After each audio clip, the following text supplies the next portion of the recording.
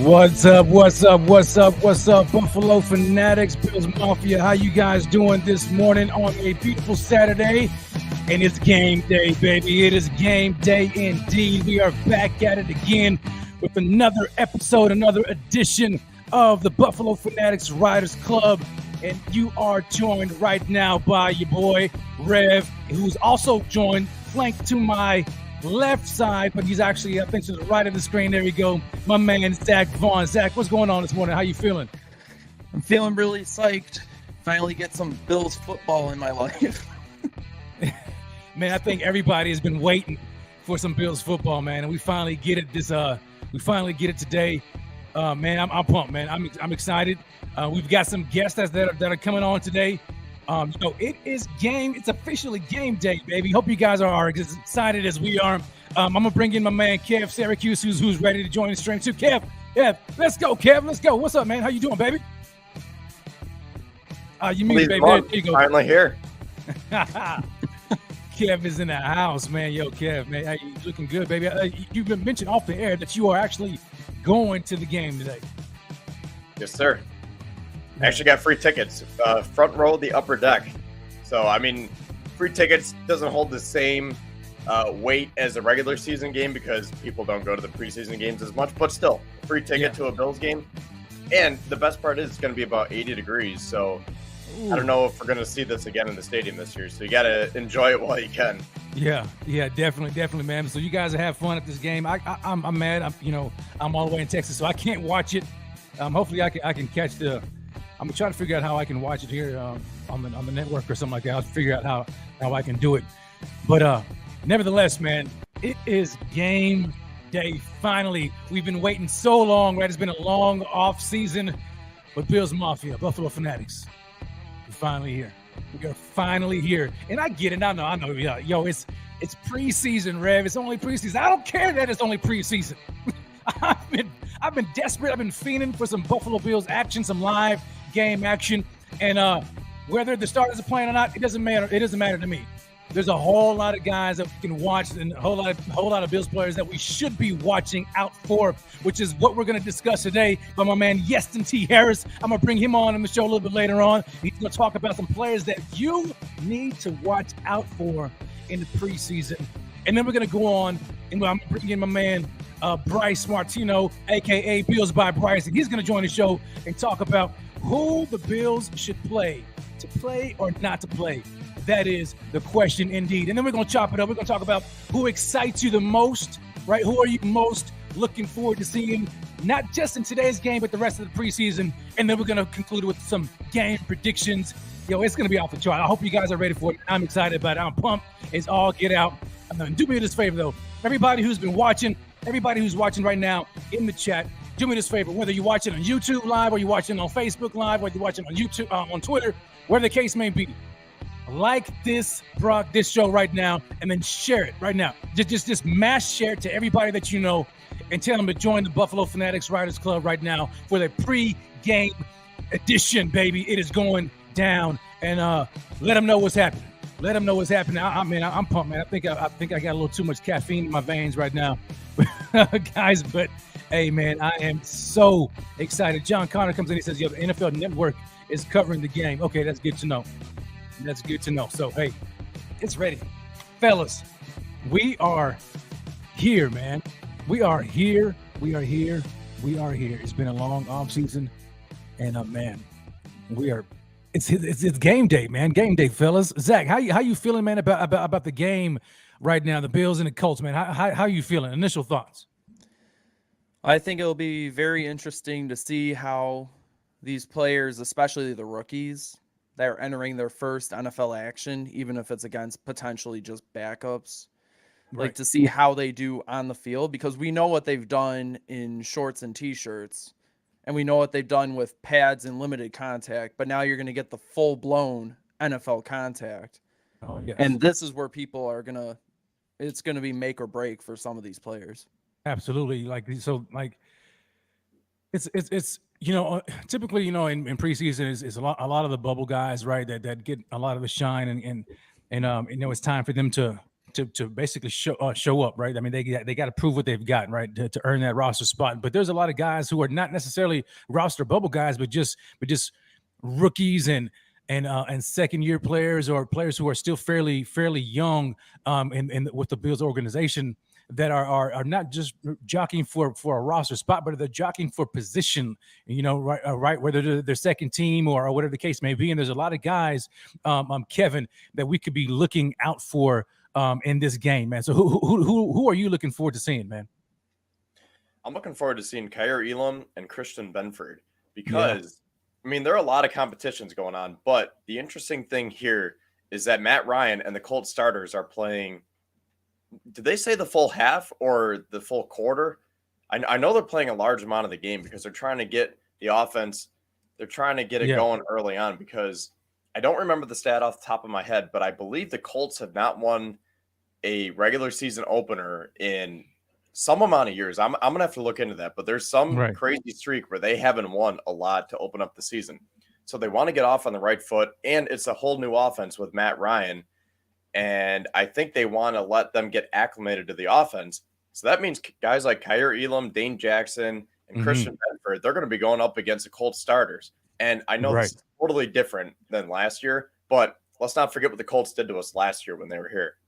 Right. Yeah, absolutely. I mean, the Colts are a very good team. I mean, you know what I'm saying? They present some difficulties, some matchup, difficulties against us. And who else is going to really be put to test today is the defensive line. You know what I'm saying? And that's what I want to see right now. I get it. I mean, we're not going to see Vaughn, you know what I'm saying? But I just want to see how the defensive line holds up. What does it look like now with some of these the younger guys? And hopefully we get a good dose of Boogie Basham and AJ Epinesa, a lot of these younger guys. And so I want to see what they're going to look like against the Colts starting. I think they're starting for the first quarter. Yeston I just dropped that here in the chat. He says, so the Colts starters are playing for the first quarter.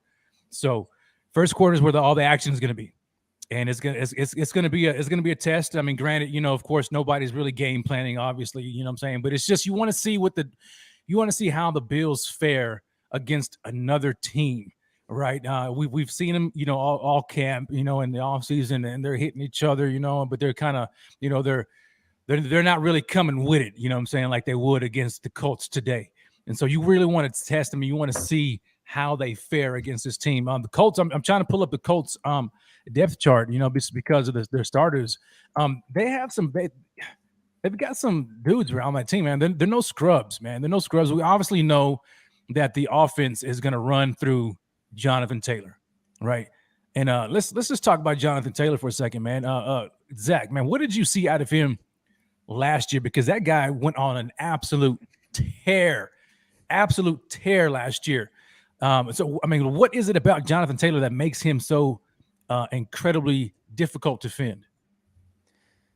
Well, I think it's just his size compare and his speed too, because he's actually he's a good package. He's like Derrick Henry.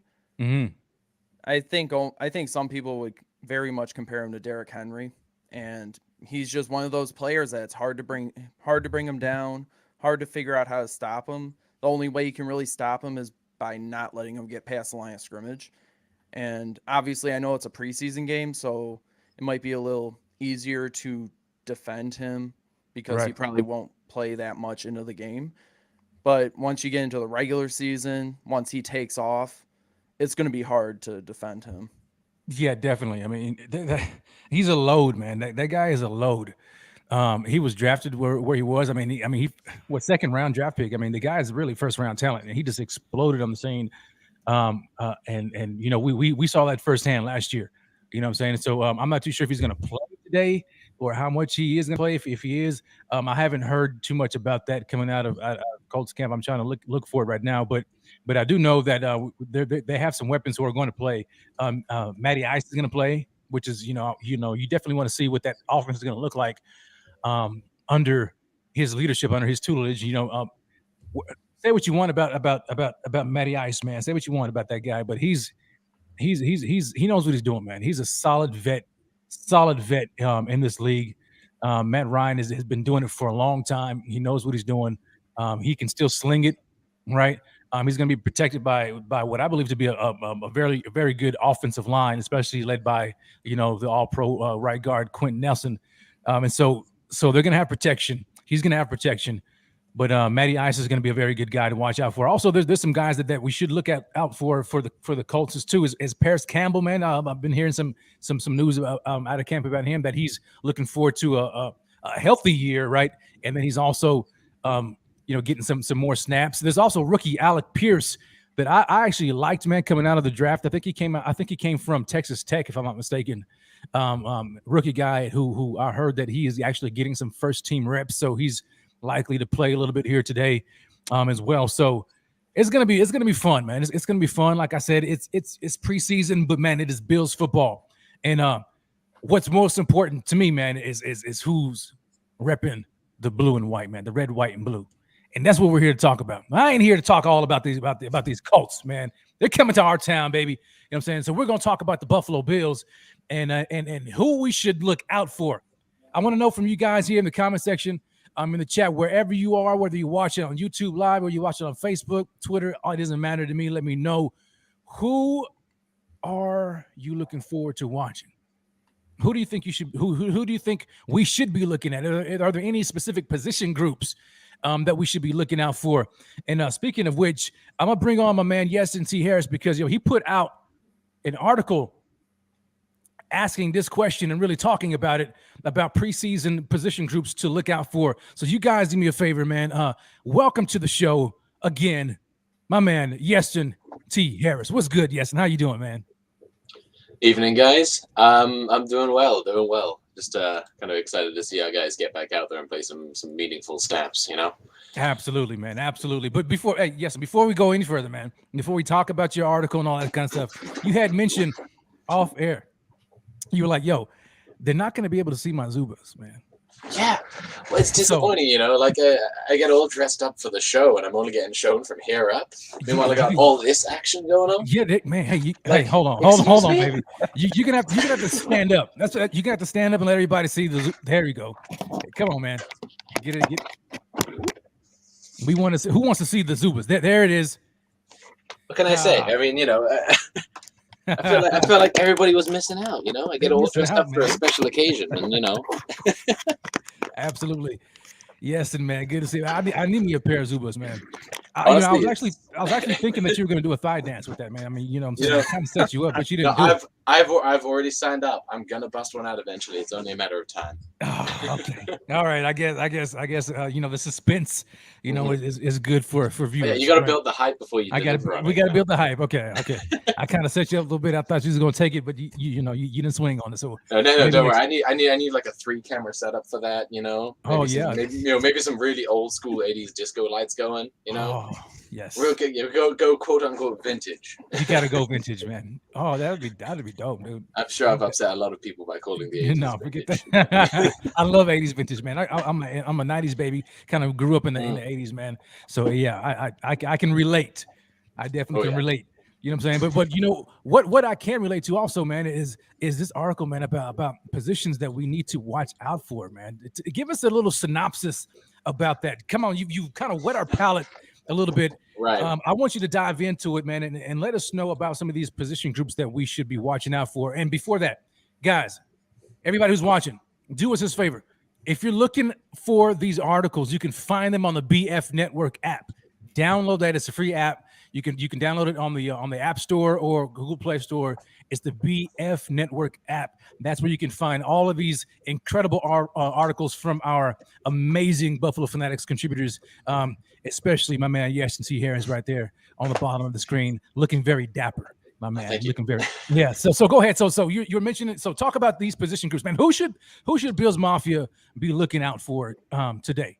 Well, I mean, I think there's an obvious number one position group that we should all have our eyes on. And I think with Matt Ryan taking the field, we get a unique opportunity to see them in action against an actual quality starter in the NFL. Usually a guy like Matt Ryan wouldn't be playing the preseason, but, we're lucky enough, he's got some decent weaponry, a solid offense that's versatile, and a great test for some of our for our secondary in particular. We know we're not going to see Trey White out there. Obviously, right. He's still He's still unable to practice. But if in the meantime we've got Dane Jackson and Kaya Elam are obviously the big two, and if you told me that this time 2 years ago that Dane Jackson, the 7th round pick, would be competing for the starting job in week 1, I would be thrilled with that development. Obviously, I'm not thrilled the way it went. Yeah. But I mean, he's given us some good tape, and admittedly, he had Levi Wallace out there with him when he was playing last year in a starting role, and we want to see if Elam can hold up that because like him or not, Levi Wallace was a consistent starter in this defense, and he deserved to be. He proved it every offseason. Right. So yeah, we're going to see Kaya Elam and Dane Jackson matching up against some of those receivers early, and with Matt Ryan out there hucking that rock, I entirely expect to get some. He might get exposed. He might get taken advantage of. He might get beaten up on. Who's that? You talking about Elam? Elam, yeah. Elam, Dane Jackson's going to do what he can. Elam has the physical traits needed to overcome a couple mental mistakes early, but that won't fly in the NFL for long. And a guy like Matt Ryan can make him pay for it. So ideally, we get a lot of balls thrown directly at Elam for better or worse because he needs the snaps. Yeah, definitely. We got to see that, man, because I mean he's a rookie, you know what I'm saying, and he's been thrown into the fire right now during camp. I mean, going up against one of the best wide receivers in the National Football League against Stephon Diggs, plus getting his little a taste of Gabe Davis as well. So he's already kind of been getting tried this offseason, but it's going to be good to go against other wide receivers, other quarterbacks. Matt Ryan, like you had mentioned, I mean, the guy's a good quarterback in the National Football League. He's a veteran. He's still here playing for a reason. He knows what he's doing. But like you had mentioned, he can take advantage of rookies, and so I'm interested in seeing Kyrie Elam. I'm wondering who he's gonna who he would match up with today. I don't know if he's gonna be against because I don't think Pittman is playing today. I'm not sure if Michael Pittman is playing. I don't know about Pittman either. So. I mean, I do think he's probably going to be going up against. I can see him get a couple of hits from Paris Campbell if Campbell goes outside. If Campbell's coming out of the slot, then I mean, it could be. I could see probably a lot of Alec Pierce and maybe some Desmond Patman. Yeah, that would be good to see some rookie on rookie. Alec Pierce. I liked him coming out of college, out of Texas Tech. Yeah, definitely. Zach. I mean, talk to me, man. Like, so yes, I'm talking about Kyer Elam, man. So what is it that you need to see from Kyer Elam that today that will kind of, I don't know, I guess give you a little bit more confidence in him going forward? I think the main thing I would need to see from Kyer Elam is whether he gets handsy with the receivers, because I know that was something he kind of struggled with during camp to the point where they had him put boxing gloves on to try to keep him from grabbing and committing penalties. So if he can at least show that he's learned a bit from the experience in camp where maybe a little less handsy, like try not to draw many penalties, if any. And much to your point before about Alec Pierce, I also liked him coming out. I think it would be interesting to see what happens if Pierce goes up against Elam, to see the battle of those rookies, who can win out on that. But yeah, my main concern for Elam heading into this game would be how he fares in a game situation in terms of using his hands for coverage.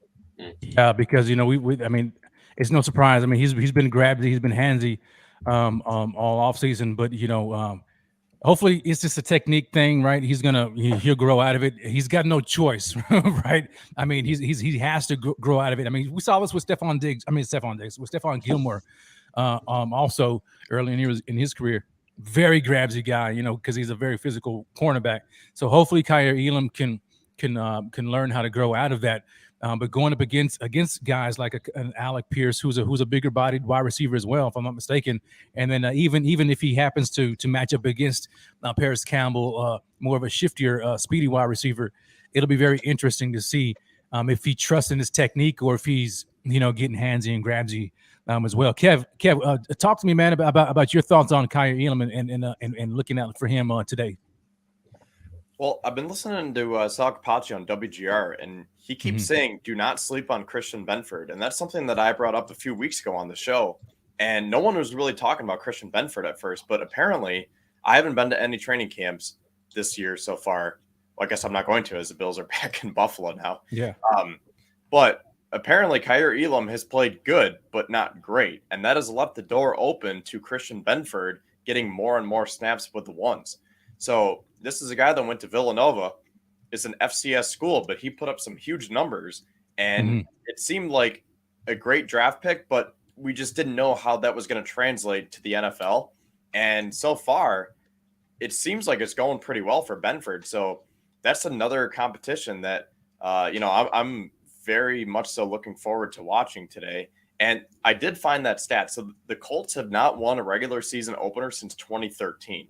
So talking about trying to get off on the right foot here, the Colts might want to try to get their offense acclimated early, and they might want to leave their starters out longer than they have in the past, because they might say, hey, that's a problem that we've been starting so slow over the last few years. And look, I mean, one of those games that they lost last year, I think they lost the first 3 games last year. They started 1-4 or something.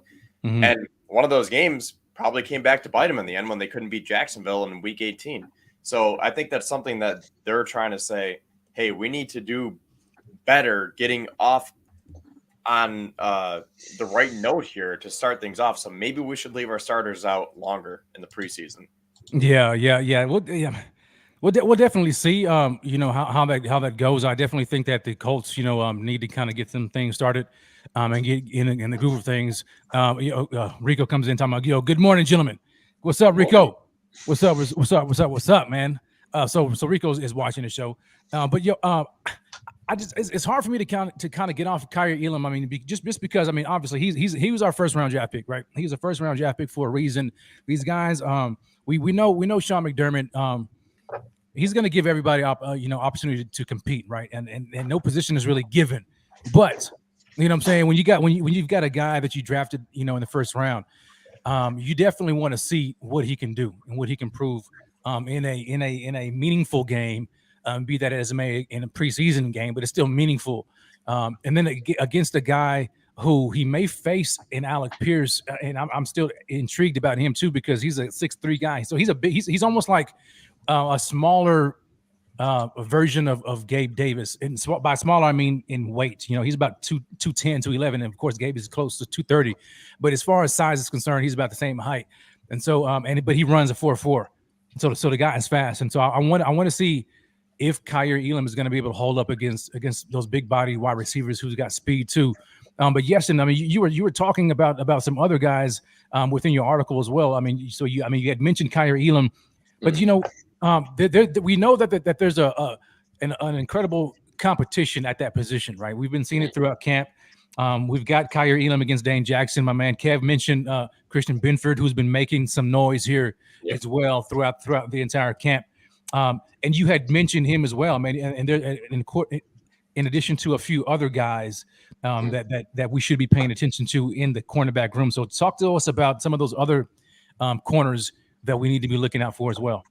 Right. Well, Sarad Neal's been playing a lot of corner snaps. I mean, he's kind of a big body guy, and he's played a lot of safety, but he's been taking some corner snaps in camp, and I think that's worth noting because he did just get a new contract and the promise of a larger role this offseason. And we don't really know what that is yet, and I'm excited to see it. We know that Cam Lewis is a solid option. He's taken NFL snaps before, and he's not been. He's been a weak point in our secondary, but only because he's been surrounded by guys like Trey White, Boyer Hyde, and so on. But one guy who's really been tearing it up in camp that I've been hearing is Nick McLeod. He's a solid dark horse to make the roster. One of those guys who we might be lucky to get him on the practice squad if we cut him. But that's going to be dangerous. Like that's going to be a big decision, right, by Sean McDermott and the coaching staff. Yeah, and like who are they going to carry on the roster? I mean, on the practice squad. Like, are these guys going to get snatched up? You almost don't want to put them out there too much, for fear of losing them on the practice squad, even though the practice squad has increased. But we saw it last year. We lost some guys, right? We lost Wild Goose and others. So I'm nervous, man, because I've been hearing some things about Nick McLeod too, and you always want to have good solid depth. And at that cornerback position, especially, with the way the league has shifted now to a lot of these wide open spread, offenses now, man, you've got to go 4 or 5 deep, and so putting a guy like Nick McCloud on the practice squad is scary, man. That's kind of, that's dangerous. But it's a good thing that I'm not the head coach. It's a good thing I'm not the head coach. So So talk to me about Nick McCloud, man. So what have you been hearing about him coming out of the camp so far? He's had tight coverage. He's not been handsy. He's been pretty consistent at forcing guys to the boundary, which I was surprised at, because if you look at it, if you look at everything he's had coming out of college, it's been. I mean, he was never really that. He was never a great prospect. He was one of those kind of surprise guys, and I don't know. He's clearly put a lot of work in the offseason. Once again, it's tough to pick with these guys, because that even if these guys make the roster, what are the odds that they actually get playing time, barring something horrendous happening to Trey White, Dane Jackson, or Kaya Elam? Because Taron Johnson has the slot cornerback position locked up. Trey White has cornerback 1 locked up. There's really only one spot up for grabs in the secondary at the moment. And we've got, Elam, Dane Jackson, McLeod, Lewis, Benford, and a couple of other guys here all competing for it. Yeah. But McLeod has given himself something of a chance. He's coming in a sort of the underdog for the position, and I think that the improvement of his play from last year to this is so significant that he if we try to put him on the practice squad, he's probably going to get snatched up again. Right. And we had a problem with that last year. We had lost a lot of guys off the practice squad, and I was shocked this season, considering the amount of draft capital that we had, that we didn't trade up some more or turn it into draft picks for next season, because there's no reasonable way for us to take that many assets onto a 53-man roster. We're going to lose guys. It's inevitable. We need to accept that fact. And I think that he's a guy who, if we don't sneak him onto the 53, he's probably gone. Right. Yeah, it's definitely going to be tough, man. Because like you had mentioned, he's been doing some pretty good things here in camp. There's a clip of him making an interception here. I think I want to show it here real quickly here during camp here. Let me go ahead and share my screen, because these are the guys that you want to look out for, man. It's in preseason and in times like this, there are definitely players, man, who need to watch out for, because you can never have enough depth. You can never have enough depth, especially at these critical positions like the cornerback position. Because you just never know. I mean, you know what I'm saying? Like we've been so fortunate to have Trey White, but who thought that he was going to get injured like that? You know what I'm saying? And so you want to make sure you have not just guys that you can just throw out there, but you want to have quality depth.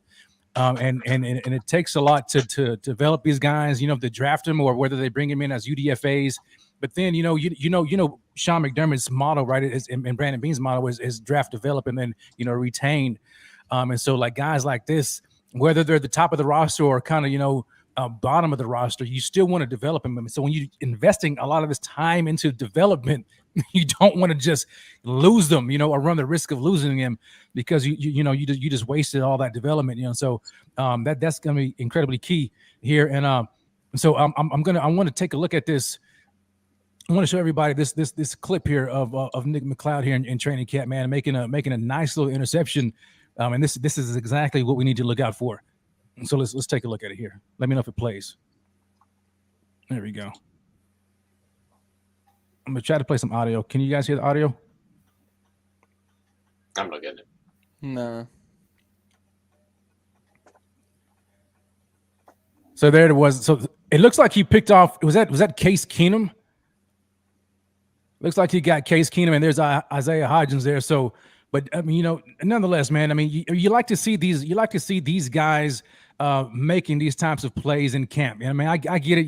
It's just training camp, but nevertheless, this is important, and this is the kind of thing that's going to help either elevate a lot of these players and give them opportunity to be on the 53 roster or stashed on the practice squad. They have to step up, and so an opportunity, right, like today in preseason, going against a veteran and Matt Ryan is going to be an incredible opportunity for a lot of these young players. My man. Silas Whittle comes in here with the super chat on Saturday. What's up, Silas? He talks about, and he says, Pierce, speaking of Alec Pierce, he says he ran at 4.36 and had the highest vertical of the wide receivers drafted. Elam is being trained to play off coverage, and he's been a press man DB. It's taking time for him to adjust Buffalo molds, stud DBs. First of all, Silas, man, I appreciate your super chat, my brother. No doubt, man. I mean, no doubt. Pierce, like I mentioned, he was a pretty good prospect, man, and he's a bigger guy and he's got speed. I like how Silas mentioned the fact that we need to kind of just give this guy some time, right? Give him the time to develop into a more well-rounded defensive back here with the Buffalo Bills. It would be the same as saying, well, Trey White, is not playing that well in press man coverage. You know what I'm saying? Because that's just not what he does, but he's still developing. And so, but as a rookie, being taught and being learned how to play off coverage, it's going to take some time for him to develop. There's no doubt about that. But I trust the coaches because they've been doing it for a long time, and they definitely know how to mold DBs at that. I mean, just look at who they have, man. You got Trey White, all-pro guy, and then you've got Dane Jackson, who's a pretty good cornerback, and they've developed Levi Wallace, like you had mentioned earlier, yes, and over the years, as a UDFA, you know what I'm saying? And he earned himself a contract. Now he's up there in Pittsburgh, so they know what they're doing when it comes to the cornerback position. But go ahead, Yesin. Yeah, I think that Silas is right. Elam was a great press corner, but he has to play off coverage now because he was. I think that a large part of the decision in drafting a cornerback like him in the first round this year came off of what we saw earlier in the offseason. The AFC loaded up the entire conference, loaded on quarterbacks and receivers, physical guys, fast guys, and then this draft was full of speedy receivers who are inevitably gonna make you pay if you give them an inch. And we needed to be able to counter that. Otherwise, the secondary could see itself getting torched. Elam was drafted to be that difference maker and learning to play off coverage because you're going to let them get by you when they're speedy like that. If you learn to play off coverage and get ahead of them to prevent those big plays is a major reason why they drafted him. So if he can just improve his off coverage a little, a little, then this secondary is going to be just fine when Trey comes back. Yeah, Zach. I was going to say, too, that we were talking about how Elam's adjusting to McDermott's scheme.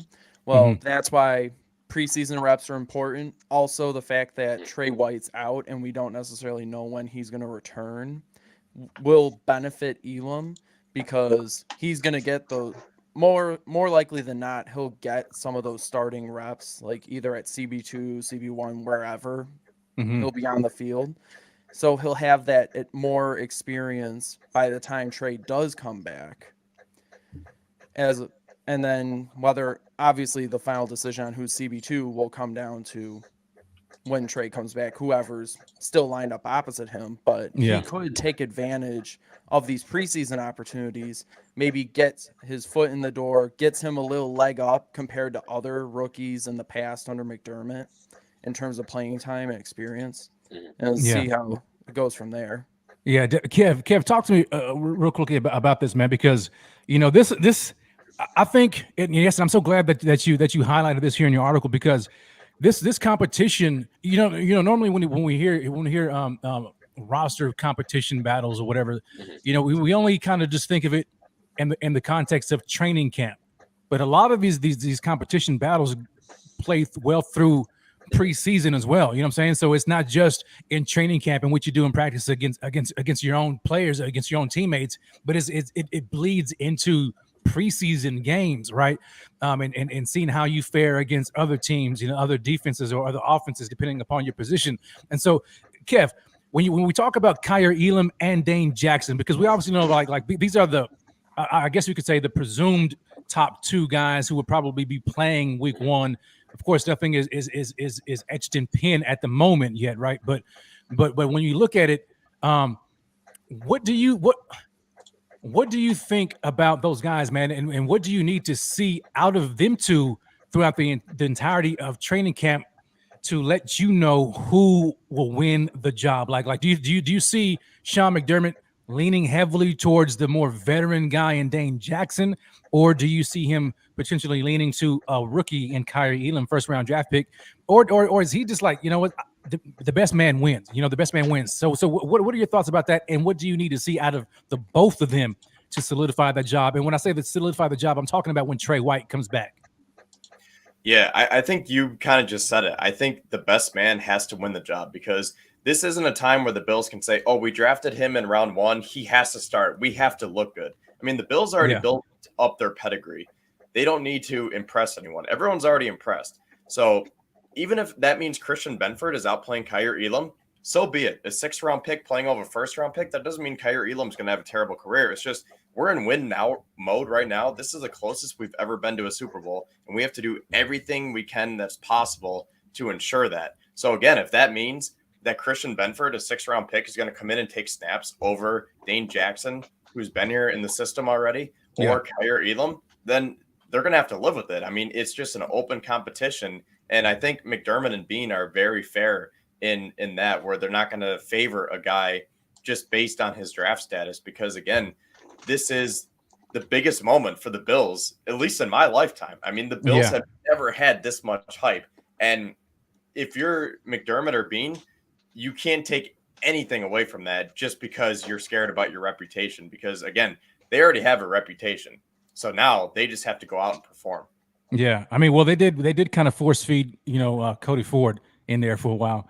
But that, oh man, anyway, I don't even want to go there about Ford, but yeah, I see what you're saying, man, and I think it's definitely going to be the best man wins. It has to be, right. It has to be whether you were drafted in the 1st round or you are drafted in the 7th round or you're undrafted. It doesn't matter. Like what matters is who is performing the most and the best, in these games. Which is something that I'm excited about watching. And another thing that I'm excited about is my man Silas Whittle coming through with another super chat. Silas, man, appreciate you again. He talks about Alec Pierce. Silas, do you have a man crush on Alec Pierce? Is there a slight man crush on that brother? You know what I'm saying? But anyway, he says Pierce's official 40 was a 4.41, and he is a body catcher. So our boys should be able to make plays on the ball. Love the content, fellas. Go Bills, no doubt about it. Yeah, so definitely, if he's a body catcher, these guys like a Kyer Elam who has long arms should be able to get in there and rip some balls out. You know what I'm saying? So we'll see how all of that fares today. So he does say yes. So you do have a man crush on Alec Pierce. Okay, ain't nothing wrong with it, Silas. Nothing wrong with it. So let's move on. Kev. And I want to hear from you, Kev, and you as well. Yes, and Kev he's been like subtly throwing in this name. You know what I'm saying? So like we're talking about Kyer Elam and Dane Jackson, and my man Kev is kind of like he's like, yo, but Christian Benford. So Kev, talk to me about Christian Benford, man, because it's obvious that he's been that you've got a liking to him, and for no you know what I'm saying for no I mean obviously. For no bad reason, right? Because he has been making some noise in training camp. So talk to me, man, about Christian Benford, man. Because for me, I don't know, maybe I'm wrong, but I'm getting some like mad Aaron Williams vibes from this guy. I could be wrong, but he's just a big body guy, you know what I'm saying, and can go from corner to safety. But talk to me about Christian Benford, man. What do you see out of him that intrigues you so much?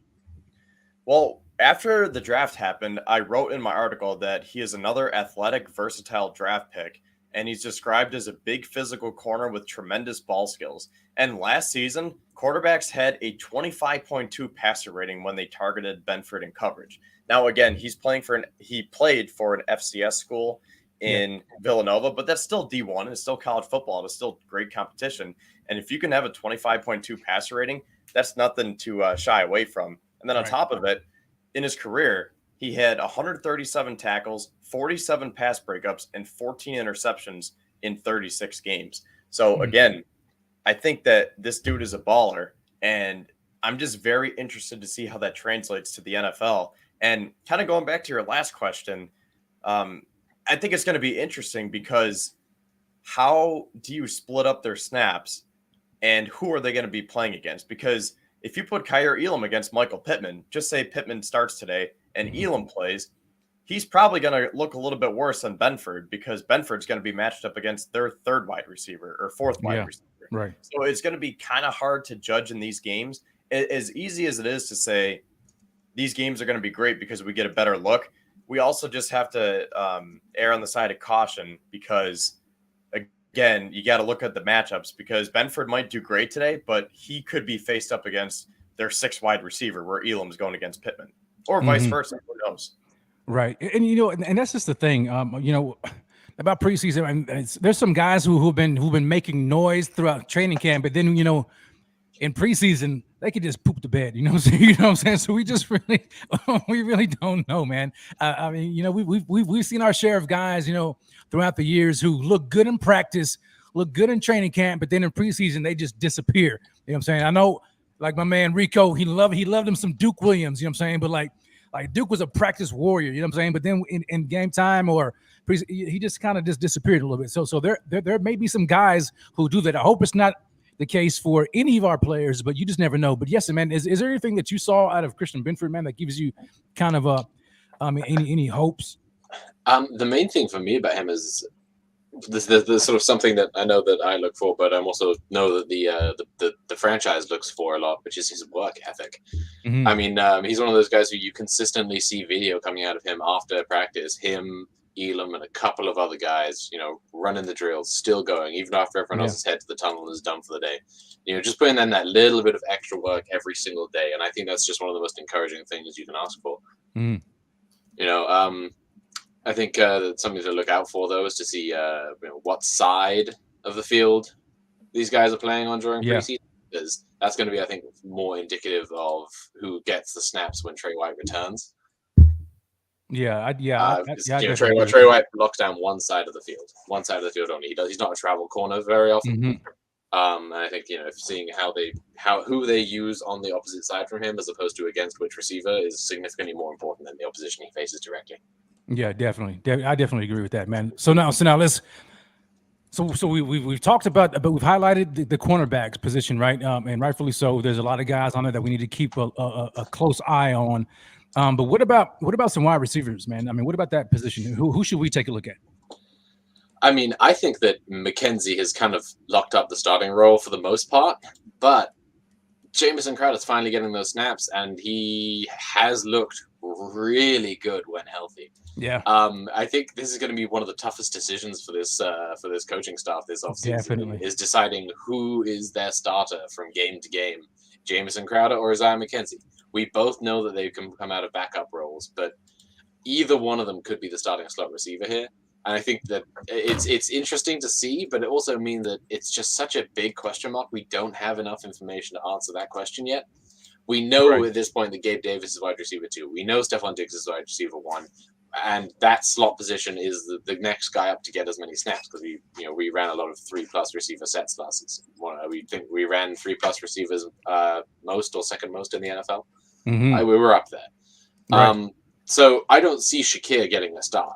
I don't see him getting a start. But I see him as option number 1 off the bench. Oh yeah, me too. Because he's been showing out, man, in camp. He has that guy has been like he's been making some serious noise, man. And I think we could look for him to potentially even push McKenzie, you know, after this year, because because we're likely to lose Crowder after this year, and so we just got McKenzie, maybe possibly, you know what I'm saying, and then we got a guy in Khalil Shakir who may be coming for his head next year. And I don't even think it's going to work. I don't think we'll even have to wait that long. I mean, how often have we seen guys start to take someone else's job near the end of the season before? You know, situations change throughout the course of the year. Hold on, I can't let you say that and just keep on moving. Hold on. Let's back this train up. Okay, let's back this train up. All right, and I'm gonna give you the floor to say what you said one more time. You said what now about Khalil Shakir? I think Khalil Shakir could shoot for the job mid-season. I think that he's one of those guys who all you need to see out of him is real reps. You know, he's going to get some of that in the preseason. He's impressed us in camp. His whole camp experience has sounded nearly identical to everything we heard about Gabe Davis 2 years ago, and look where Gabe Davis is now. Gabe Davis came out in camp. He was impressive. Everyone said, "Wow, this kid's incredible. He's like one of the best receivers on the roster. He looks fantastic. You know, I'm going to name my son after him. He's fantastic. You know, this man changed my life." No. We're hearing that exact same thing about Khalil Shakir this offseason, and I'm excited for it. But is that real reps? Is that your on my mama take? That you know what? I can live with that. Absolutely. Okay, so you got to say you have to humor me. You have to say on my mama, and then finish the sentence. Come on, yes, so you got to do it. On my mama, Khalil Shakir is going to be shooting for this job by week 10. And if he's not coming out of the slot, then he'll be the number one rotational guy, and he's going to get his fair share of snaps out of the slot, because even though McKenzie's got this contract and McKenzie's signed on to be part of the team a little longer, every year is a question mark with him. And I wonder why they haven't brought him up earlier. I think that he's perfectly capable of being the starter, but Khalil Shakir is a long-term, affordable option for a team that's going to have cap trouble very soon, and I expect him to be shooting for that job, and I expect for this coaching staff to be pushing him to get that job. They want him in there because he's cheap, he's effective, and he's going to be here for a while. My man, yes, and with the heat. So we should be looking out for my man Khalil Shakir taking some valuable reps away from whoever is currently starting in the slot, whether it's Isaiah McKenzie or Jamison Crowder, by week 10. I know you said like mid-season, and then you kind of pushed it back a little bit. I'm not gonna jump on you too much. It seemed like you kind of went a little conservative. Well, because there is also, McKenzie has the edge because he has like 3-4 years now of playing with Josh. He's got the reps, he's got the rapport, and he's proven that he can do it. And I think that's the only thing, is that in a season like this where we're gunning for a Super Bowl, you don't want to risk the rookies. Right. I mean, this coaching staff has been pretty aggressive for the most part, but they do have minor conservative tendencies, and I think that this is going to be one of them. After all, McKenzie came in and dominated against the Patriots in his lone start last season, out of the slot, like his lone full game as a starter. And then right after Cole Beasley cleared COVID protocols, he came right back into the starting position because they knew how well he worked for it. They had the guarantee that even though McKenzie had an impressive game, they knew that Cole Beasley was a consistent option that they could rely on in that time. Right. So now who's playing today though? Like who can we expect? I mean, do we even know that? Like we don't know yet. That news isn't out yet for any. The only thing we know is that Josh isn't playing. Everyone else is up in the air. Well, nearly everyone. Right. We have a couple guys on injured, but I would imagine that we're going to see a lot from. We're not going to see a ton of Diggs and/or Davis because those guys are already definitive starters at this point. We're going to see McKenzie, Kumaro, Hodgins, Tavon Austin, Shakir. I think Stevenson's injured right now, so we won't see him. And we're going to see Jameson Crowder. Those guys are going to get almost all the snaps out of wide receiver. Kev, talk to me, man. Talk to me about this slot receiver position, buddy. Like how is this thing going to shake up? I don't know, because I've been saying right along that Brandon Beane said at his town hall post-draft that Shakir was going to be wide receiver 4. So he was going to be the first backup to come in off the bench in either the slot or on the outside. I'm just wondering how they're going to do that, because if that happens, say McKenzie wins the starting slot position, would you want to put Jamison Crowder as wide receiver 5?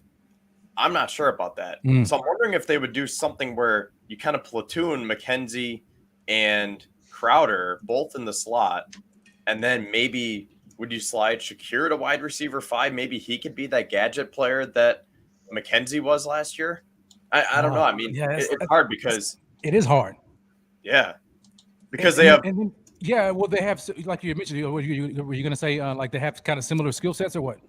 Yeah, I was going to say they have a bigger supply than there is a demand right now. I mean, there's only one position for the slot, and usually the Bills just have Cole Beasley, and that's it. And then McKenzie came up, and then it's like, And last year, what they did was McKenzie barely saw offensive snaps because Cole Beasley was holding the position down. So did they do the same thing again this year, where say McKenzie's a starter? Does that mean Jamison Crowder is barely going to see the field? I don't know, because Crowder is a yak guy. They signed him to get yards after the catch. He's supposed to be Josh's new security blanket, but the little muscle hamster, he's running around. So he might take some snaps from him. So that's why I'm wondering if they're going to maybe push down Shakir a little bit, and maybe because Beane said that back in April, maybe the way they've seen Crowder on the field progress, maybe that's changed some things. And again, I don't know if this is like a thing with the Bills, but if they could platoon those two slot receivers in McKenzie and Crowder, and then you would have Shakir be like the gadget guy. Maybe he would play the McKenzie role, like I said, and he could even return punts and kicks. That's interesting. Or maybe they just run a lot more 10 personnel this year. They just put all the guys. And then they don't have to keep Tavon Austin. You have Khalil Shakir to be the return man and the gadget guy. One thing I do think, though, is that pretty definitively we could be probably saying goodbye to Marquez Stevenson at this point. Oh yeah, I can definitely agree with that. And I think the injury that he sustained just it's just the writing on the wall. That just kind of made it even easier. And I hate to say easier, right? But for them to go ahead and make that decision, they've given him opportunities to kind of prove himself and throughout the season and throughout camp and whatever. And he just hasn't really been. He just hasn't performed, to their liking. And so when you have a guy like Khalil Shakir who's coming in and taking meaningful snaps and showing out in camp, in his rookie year, it's Stevenson is on the outside looking in. I like what you had mentioned, Kev, about shifting Shakir into that kind of gadget role that McKenzie had last year. That's going to be very interesting to see, man, how they roll that out. We may see a lot more double slot options this year, where they put McKenzie and Crowder on the field at the same time. You know what I'm saying? And just go 4 wide, with Gabe and Diggs as well. So at the end of the day, this is why it's so good to have all of these weapons, is because it truly makes this offense versatile, man. And they can morph into whatever they need to from a week to week basis to make. Just to basically win the game. So I don't think defenses are going to be able to just tee off on the Bills and be like, okay, well, this is who they are, and this is what we can expect. I think from week to week, it's going to change. We were talking about Crowder, and yes, and you had come in and we're talking about him and about him getting healthier now. Yeah, Crowder, man, maybe people forgot. Jamison Crowder has been a very productive slot wide receiver in the National Football League, considering he's played for garbage at quarterback. This guy, man, he's no slouch. I know we haven't really seen a whole lot out of him this camp just because of injury, and so we've seen a whole lot of McKenzie and a whole lot of Shakir. But look out for Jamison Crowder. Look out for this guy when he gets healthy. Yes, what is it about Crowder that could potentially give him the edge over a guy like Isaiah McKenzie, even though he has been holding down the starting slot wide receiver position so far in training camp? Well, the best availability is availability, obviously. So that's when McKenzie has the step. But outside of that, and maybe a slight speed burst, McKenzie doesn't really have anything over Crowder in terms of traits, and he's a massive, massive step behind him in terms of production. And you could say that's lack of opportunity, sure, but McKenzie's been part of this receiver group for a number of years now. We may forget just exactly how far back he joined us.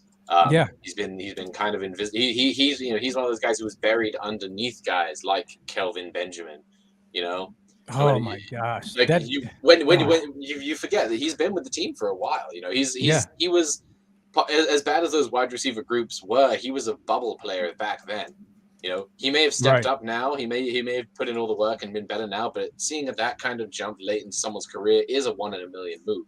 Crowder, however, has been massively consistent with worse weapons. I mean, remember how the reaction when we signed Cole Beasley? Everyone said, the Bills are paying B money for C players, and no one couldn't score an A guy. Yeah, and we got John Brown, we got Cole Beasley. They both turned into B plus A minus guys on B contracts, and it was great for us. Cole Beasley had a certain amount of production, had comparable production on less snaps than Crowder had coming into Buffalo. They both had, before coming to Buffalo, both these guys had played 7-year careers. Beasley had been less productive with less productive per snap than Crowder had been, working with significantly better quarterbacks in a better offense, more consistent offensive line, better weapons around him. The game was geared to make Cole Beasley do what he did, and he did it perfectly fine for Dallas. Crowder, in a worse situation, had far better production per snap. He's been consistent. Yeah, I agree with that. I think that we should be excited about him joining this thing, and we would be absolutely thrilled if we'd seen anything from him at camp. This injury has massively warped our perception of how we view Crowder. Yeah, I agree. I agree absolutely, because it's like recency bias. Like I don't think first of all, probably many people don't really know much about Jamison Crowder to begin with, and then he sustains his injury, so we don't see him at all. During the entirety of this offseason. So we really haven't really gotten a glimpse of him. Like what can he provide to this Buffalo Bills offense? I want to show you something. I want to show you just something real briefly, just for those of you who don't really know a whole lot about Jamison Crowder and what he brings to the table. Take a look at this real quickly, because here's just a little bit of highlights from Jamison Crowder, man. This guy is a dog, man. When he's healthy, and the Bills got a glimpse of him also. I think it was last year, and we'll probably see the clip here where he just completely took a pass. It looked like it was a wide receiver screen and split the defense. Tremaine Edmonds missed him, and he took off for a very long touchdown pass. He has sneaky speed too. I don't think he has Isaiah McKenzie's speed, but he has enough speed to get behind the defense and do what he has. Look at that. Look at that, man. He's getting behind the defense. I mean, we haven't seen Cole Beasley do that at all. Yeah. Isaiah McKenzie has been showing the ability to get behind the defense here so far in training camp, obviously because of his speed. But look at Jamison Crowder, though, man. Just look at this. Look at that guy, man. Hands. He's a proven vet. He knows what he's doing, man. This guy, when he's healthy, look at that toe jag swag. Look at that. Oh man. See, this is why I think when we roll out our offense, man, I want to see a lot of these double slot options, man. I want to see McKenzie and Crowder on the field at the same time. Can you imagine what that looks like when you look at that? This is the play I was talking about. Look at that. Boom. Gone. He's gone. You guys remember that play? I do. It would have hurt so much if that game wasn't already ours. You know? Look at that. Oh, whiff, man. That was a throw my hat on the ground play right there. I was so mad. I was so mad when I saw that. But look, the dude has enough speed to get behind the defense. Look at him. So Bills Mafia. So what am I saying? I'm saying don't sleep on Jamison Crowder. Don't sleep on Jamison Crowder. I know that we haven't seen him in training camp, but this is the guy that Brandon Beane brought to camp. This is the guy that he signed. This is who we're hoping to get once he's healthy. And when he's healthy, if we compare apples to apples here, it's going to be hard. It'll be hard for McKenzie, as good as he is and as good as he's been showing himself to be. It's going to be difficult for him to outplay that guy, because that guy is proven in the league. So yeah, man. I love Crowder, and I see exactly why Brandon Beane brought him to the squad. And I'm definitely excited about him. Kev, talk to us, man. Because yes, you had also mentioned about some linebackers, right? Some linebackers that we need to take a look at. And Kev, you had also written an article also about the top linebackers in the National Football League. But when we look at the linebacker lineups here on the Bills, and especially as it relates to Yeston's article about some of the linebackers that he brought up, Terrell Bernard and Balin Spector.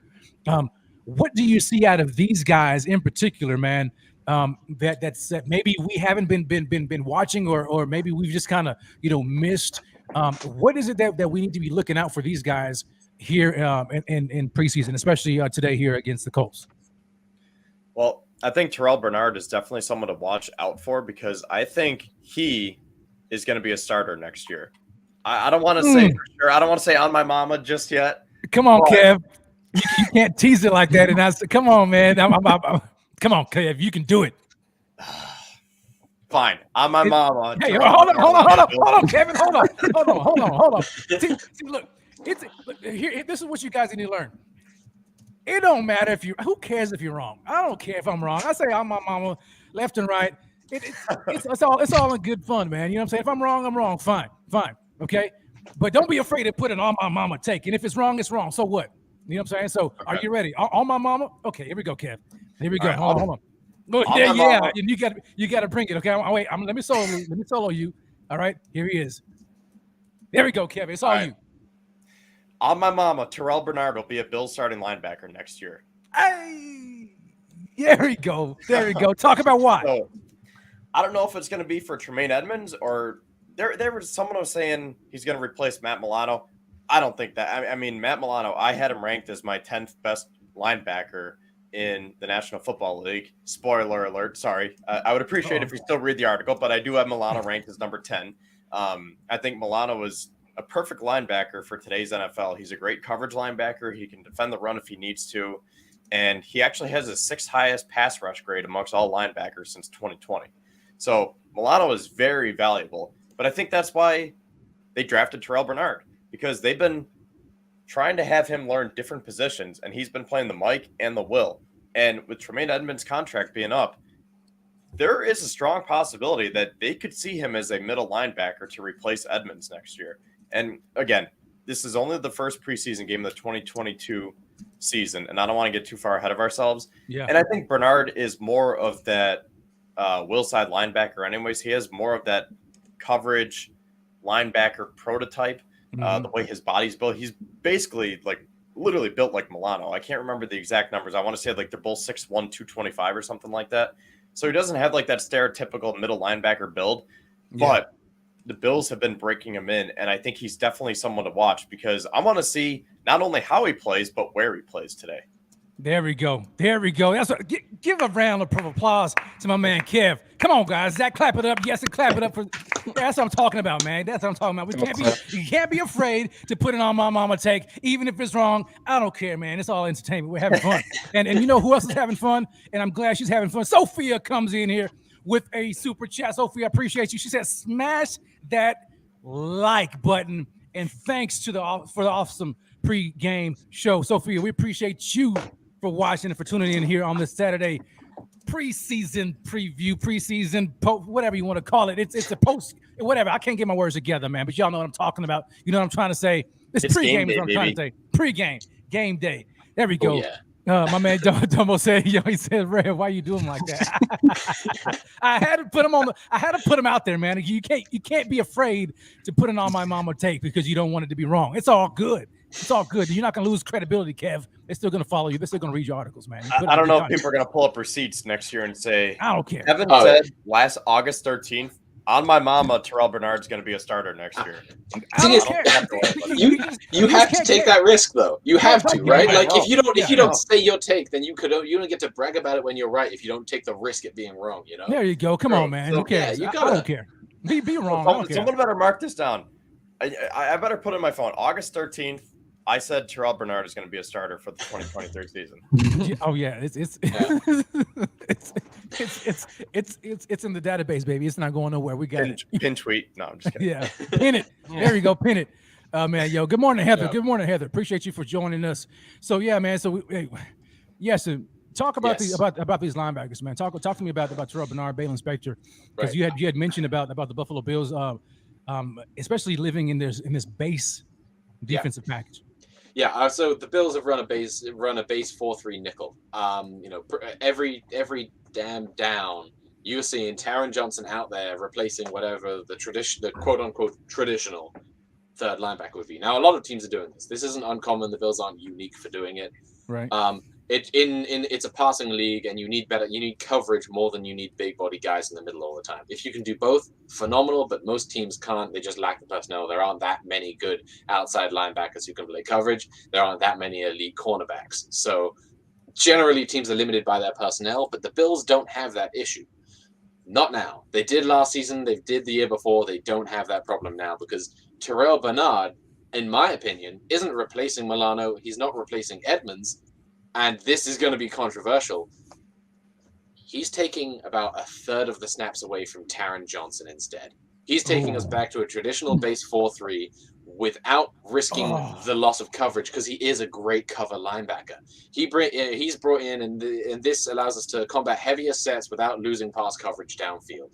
He's able to drop back and take coverage and mark up a tight end or a running back who comes back over the middle. He's here to take away the passing lanes while still being a big body able to take down major physical players.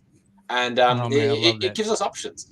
And that's been a major part of what Brandon Beane has done is consistently he brings in guys who are going to give our offensive and defensive coordinators options from play to play. That's why we brought in versatile talents across the board. That's why we value guys who can play multiple positions because it means that no matter what happens, we are able to run any play with effectiveness. Terrell Bernard allows us to run a traditional 4-3 without sacrificing coverage, brings in extra size to combat larger lineups. Talk about Balin that. Oh, wait, Spector, hold on. Wait, man. I love that, dude. Okay. Oh, hold on. All right, so Kendarian agrees with you. So he says AJ Klein, right? So now we know AJ Klein wasn't athletic at all. He wasn't, that dude. No. But man, but what I'm saying is that and what Yessin is saying is going back to being able to go to a traditional 4-3, right? Having that option, because last year we couldn't do it, right? No. Because we didn't really have the linebackers because some of these linebackers would get exposed in coverage, right? So if he decided to say, for instance, we're going against a team that was more of a ground and pound team, and we wanted to bring in a bigger body linebacker, but then that linebacker gets exposed in coverage, right? Like AJ Klein would. That hurt us, and so that's why we lived so much in that 4-2-5, that nickel so often, right? But then we would sacrifice a lot of these getting gashed in the run game, because a guy like Teron Johnson, though he's a heat-seeking missile, for a small DB, he's just not stout enough in the run game, or not as stout as you would like. As a guy like Terrell Bernard. So when you add him into the fold, it gives you the opportunity and the option to go base 4-3 without sacrificing, like you mentioned, coverage, because this guy can cover too. So if you want to run the ball against us in fourth, we've got a linebacker in Terrell Bernard who can stop the run. If you want to try to take advantage of him in coverage, guess what? He can cover the ball too. So our defense is going to be so versatile. We talk about the versatility of the offense, but I don't think enough has been said about the versatility of the defense with these guys like this, man. I'm excited about it so very much. Yes, man, you're getting some love here, man. My man Silas, he says, man, yes, it is breaking news. Yeah, that's right. Yeah, that's what he does, man. That's what Yessin does. He breaks news. But you know who else is gonna break some news, man? I'm gonna bring him on. We're gonna go 5 wide right here today, and I've got my man Bryce Martino. I'm going to bring him on as well, and we're going to talk about something. There you go. He's putting on his cap. Oh, shoot. He's getting ready. Hold on, Bryce. Are you ready? You going to go capless? You going to go with the cap, or you going to go capless? Which one are you going? Come on. Make up your mind. Here we go. Are you coming? Oh, shoot, man. All right, because my man Bryce, he's getting ready, man. I'm trying to give him the opportunity to get ready.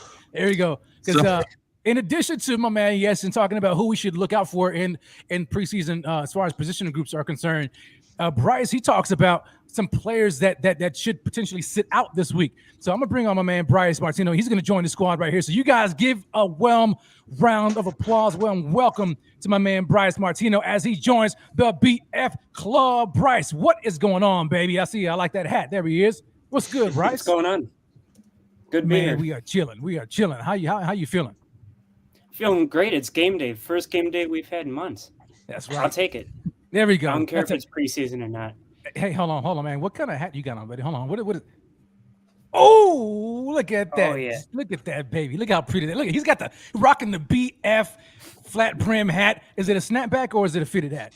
No, it's snapback. There you go. Snapbacks, man. I love snapbacks. My man Bryce repping. And then he's got the Josh Allen Color Rush jersey on too, man. Oh man, it's going down. So you know it's game day. You know it's game week. Whenever everybody pops out with the jersey, everybody's got the jersey in here except Zach and Yessin. But Yessin, you know what I'm saying, you're good because you got the Zupas on. Yeah, I'm equipped. I'm ready. You know I have my jersay on when game time comes. There we go. I can't go game day without Yessin. Hey, right. Okay. Well, that's I may not have had any evidence to back that claim up, but I think it's true. It's true. I just got called out. Oh, and you know what else is true? What else is true is that we've got over 100 people right here watching us live right now. Shout out to all of you who are tuning in live to the BF Buffalo Fanatics Riders Club right now. And do us this favor, if you haven't already done so, smash that like, share it with all of your friends, your family, your relatives, all that across all of your social media platforms. Let them know that this is the fire pregame Bills versus Colts show right here on the Buffalo Fanatics Network. Let's keep it moving. Bryce, my man. So you had written an article talking about some of the players who should sit out in today's game. So obviously Josh Allen is not playing. Was anybody expecting Josh? No, let me rephrase that question. Did anybody want to see Josh play? Now, this is pre Zach Wilson injury, okay? You know what I'm saying? So I know we saw what happened to Zach Wilson, and man, Right. all of our thoughts are going out to Zach Wilson right now, man, with that injury that he sustained last night. We, as much noise as we talk, you know what I'm saying? There's just some friendly banter across divisional rivalries and stuff like that, man. We don't want to see anybody get injured, man. We definitely don't want to see that happen. And so hopefully things are looking on the up and up for Zach Wilson. I think he dodged, didn't he kind of dodge the ACL? It's kind of what I was hearing. It's a bone bruise and torn meniscus. Okay, so that's a lot better than the torn ACL, which is what a lot of people were thinking would have happened. 2 to 4 week. Gets 2 to 4 week. Okay, that's good for good for Jets fans, man. Because when we play him and we beat the brakes off him, I don't want to hear him talking about it's because Zach Wilson wasn't playing. You know what I'm saying? And I'll bump all that. No, I'm just kidding, sort of, kind of. But anyway, so we're talking about Josh Allen, man. Did anybody want to see Josh Allen play today? Zach, let's go around the horn. So Zach, we're gonna start with you, and then we're gonna go I can't get myself together, man. This way. We're gonna go with Zach, and then circle back to Kev, and then down to Yeston, and then Bryce. In terms of wanting to see Josh play in the preseason, I would say not until the last preseason game, and only for like a series. Yeah. Okay. Kev? No. Even though I'm going to the game, I've seen Josh enough, and I want to see him in the regular season, so I do not need to see him today. The one thing I will say, though, is if the Bills do want to get Allen acclimated to the offense with Ken Dorsey calling plays, they did trot him out for a half last year in the preseason finale against the Packers, and he was, 20-26 for 194 yards and 2 touchdowns or something like that. Mm-hmm. He had that one missile to Gabe Davis. So they might do something like that. I could see it maybe next week. It's Kids Day. It's the second preseason game because, right, like the first preseason game and the last preseason game are kind of like the warm up and the warm down. But that middle one, week number 2, that might be the week to just get him a couple series. But I would still prefer to not see him until September 8th. Yeah. Yes, and what about you, man? I think that he should have one drive in the last preseason game. And you always keep an extra tight end or running back to just for the slight additional blocking. You don't need to run 5 wide. You don't need to run plays that put him up to any risk. We know what he does in those situations in the regular season. We don't need to see it here. I think that just by giving him a couple of reps with these guys out there, just a couple full speed ones, get his mindset right. It's the dress rehearsal for a game day, right?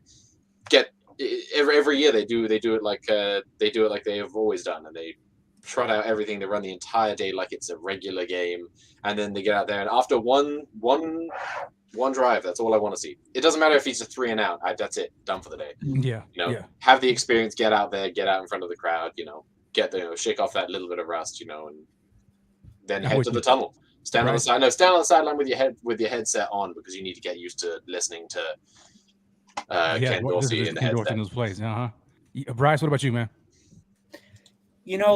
I think we all selfishly want to see Josh Allen play some live reps, but let's not have it being preseason and risk an injury like Zach Wilson had. Yeah, no I doubt. think we all can wait a few more weeks and see him against the Rams on Thursday night. Yeah. And I think I tend to agree with you guys. The only thing I want to see, and maybe not today, it doesn't have to be today, but I do want to see, and especially this. See, here's my reasoning: is especially when we get the starting 5 offensive linemen. I want to see him, like you mentioned, and at least one drive with the starting 5 offensive linemen. Get these guys healthy, and then I want to see that. I want to see that continuity from the O-line. I want to see how that looks. I guess just to kind of give me some security, knowing that the offensive line is going to be okay. It's basically for that. I want to see how comfortable he is behind them or not comfortable behind them. Because we're getting Roger Saffold back into the fold. And speaking of Saffold, is this guy going to play? Does he need to play? Right, because he's been out, this whole entire time. Do we expect to see a whole lot of Bryce? I'm gonna ask you, man, because you wrote the article, and do we need to see Roger Saffold at all during the preseason? Maybe just in one game to get him acclimated with the O-line, see how well he does, get him, shake the rust off, because he hasn't really played much in training camp with his injury. Yeah. I don't want to really play him a lot at all. Yeah, not necessarily too much, but I want to see our O-line get as much. Well, maybe I shouldn't say as much, but I want to see them get quality reps together to kind of, because one thing to try to build that continuity in training camp, you know what I'm saying? But it's a whole other thing to actually try to build it through the preseason games. And we haven't gotten much of it just because of the injuries sustained to a lot of these guys. And so Ryder Saffold getting back. Is Spencer Brown, what is he looking like, man? Does anybody have any news about Spencer Brown? How's he been looking? Is he like getting back healthy? Does anybody have any news about that? No. He hasn't really played too much in camp, as I think we all know. It's been a lot of David Questenberry and Doyle up until like the final 2 practices when we got to see maybe 2 or 3 reps from him with the first team. Yeah. It was interesting seeing Doyle in a guard. That was something I didn't expect. Say that again, Yeson? I said it was interesting seeing Doyle in a guard. That was something unexpected. Yeah, that is kind of weird. Yeah, took a lot of reps at guard this offseason. Mm-hmm. You never know, man. Cromer's probably got stuff. There's no telling what kind of stuff he's got up his sleeve. But Bryce, man, look, so we're not going to see Josh Allen, right? So we know that's not going to happen. Who else should sit out? I want to see, or I don't want to see Stephon Diggs, I should say. I think we all know what we can get from him. The wide receiver is very deep. We have a lot of battles on the back end of it. I think we all want to see how, Jake Kumaro and Isaiah Hodgins can do. I think we all want to see McKenzie and Gabe Davis a little bit. Mm-hmm. McKenzie and Gabe Davis. All right, so we've got no Stephon Diggs. All right, no Josh Allen. What about anybody on the defensive side of the ball, man? Who should not play today? To play or not to play? No, Von Miller too. I don't want to see Von as much as it's going to be fun to see him just disrupt the pass, to disrupt the quarterback, I should say. I don't think we need to see him because we have the depth behind him with Epinesa and Shaq and Boogie Basham, where you don't need to see him. Okay. You don't need to risk an injury with your, $130 million pass rusher? Yeah. I don't think you want to risk that at all. Yeah. I agree, man. I agree that I don't want to. I do want to see him. You know what I'm saying? But it's not. It's like Josh. I can wait. Yeah. It's like Josh. I mean, I know Von Miller is gonna have a phenomenal year. I believe it. I'm okay with waiting to see him. Maybe the last preseason game, maybe he gets. Get him in when Josh plays. Yeah. Second or third week. Okay, yeah, I'm with you. So who else should not play? Who else? I don't want to see the safeties either. As much as we all love watching Poyer and Hyde, they've both had injuries. I don't think Poyer's going to play anyway, but even Hyde, you don't want to see him risk another injury and miss 3, 4, 5 games of the season. That's nice. Okay, I agree with that. So we kind of got an idea of who's not going to be playing.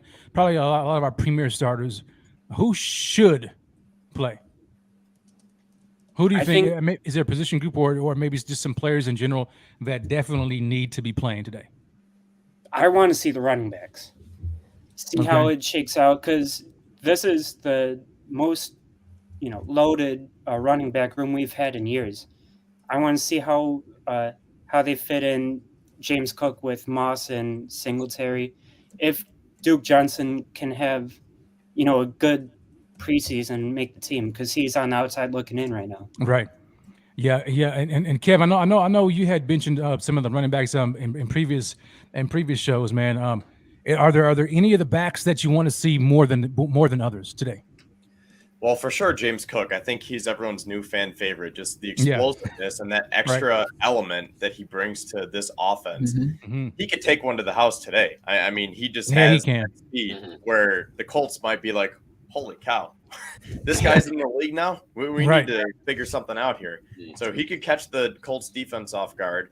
And then, like Bryce was saying, it's just going to be interesting to see Zach Moss against Duke Johnson, because that's essentially – what it's going to come down to. I mean, Singletary and Cook are locks, right? And let's something very, very rare happens. But I think they're pretty much locks to make this team. And then it's going to be between Duke Johnson and Zach Moss. And right now, looking at it on paper, Zach Moss would have the advantage because it's kind of redundant to have Duke Johnson now when you have James Cook. But the Bills wanted speed. They wanted yards after the catch. And they like special teams. And one thing about Zach Moss is he does not have one snap on special teams in his career. So okay, question for you, Kev, and to everybody here too. So do the Bills carry 4 running backs this year, or do they, and let's just say, I know we tend to we always carry Tyrone Jones, right? Even though he's specifically special teams, but do we carry all 4 of those running backs? Duke Johnson, Zach Moss, James Cook, and Motor Singletary, or is one on the outside looking in?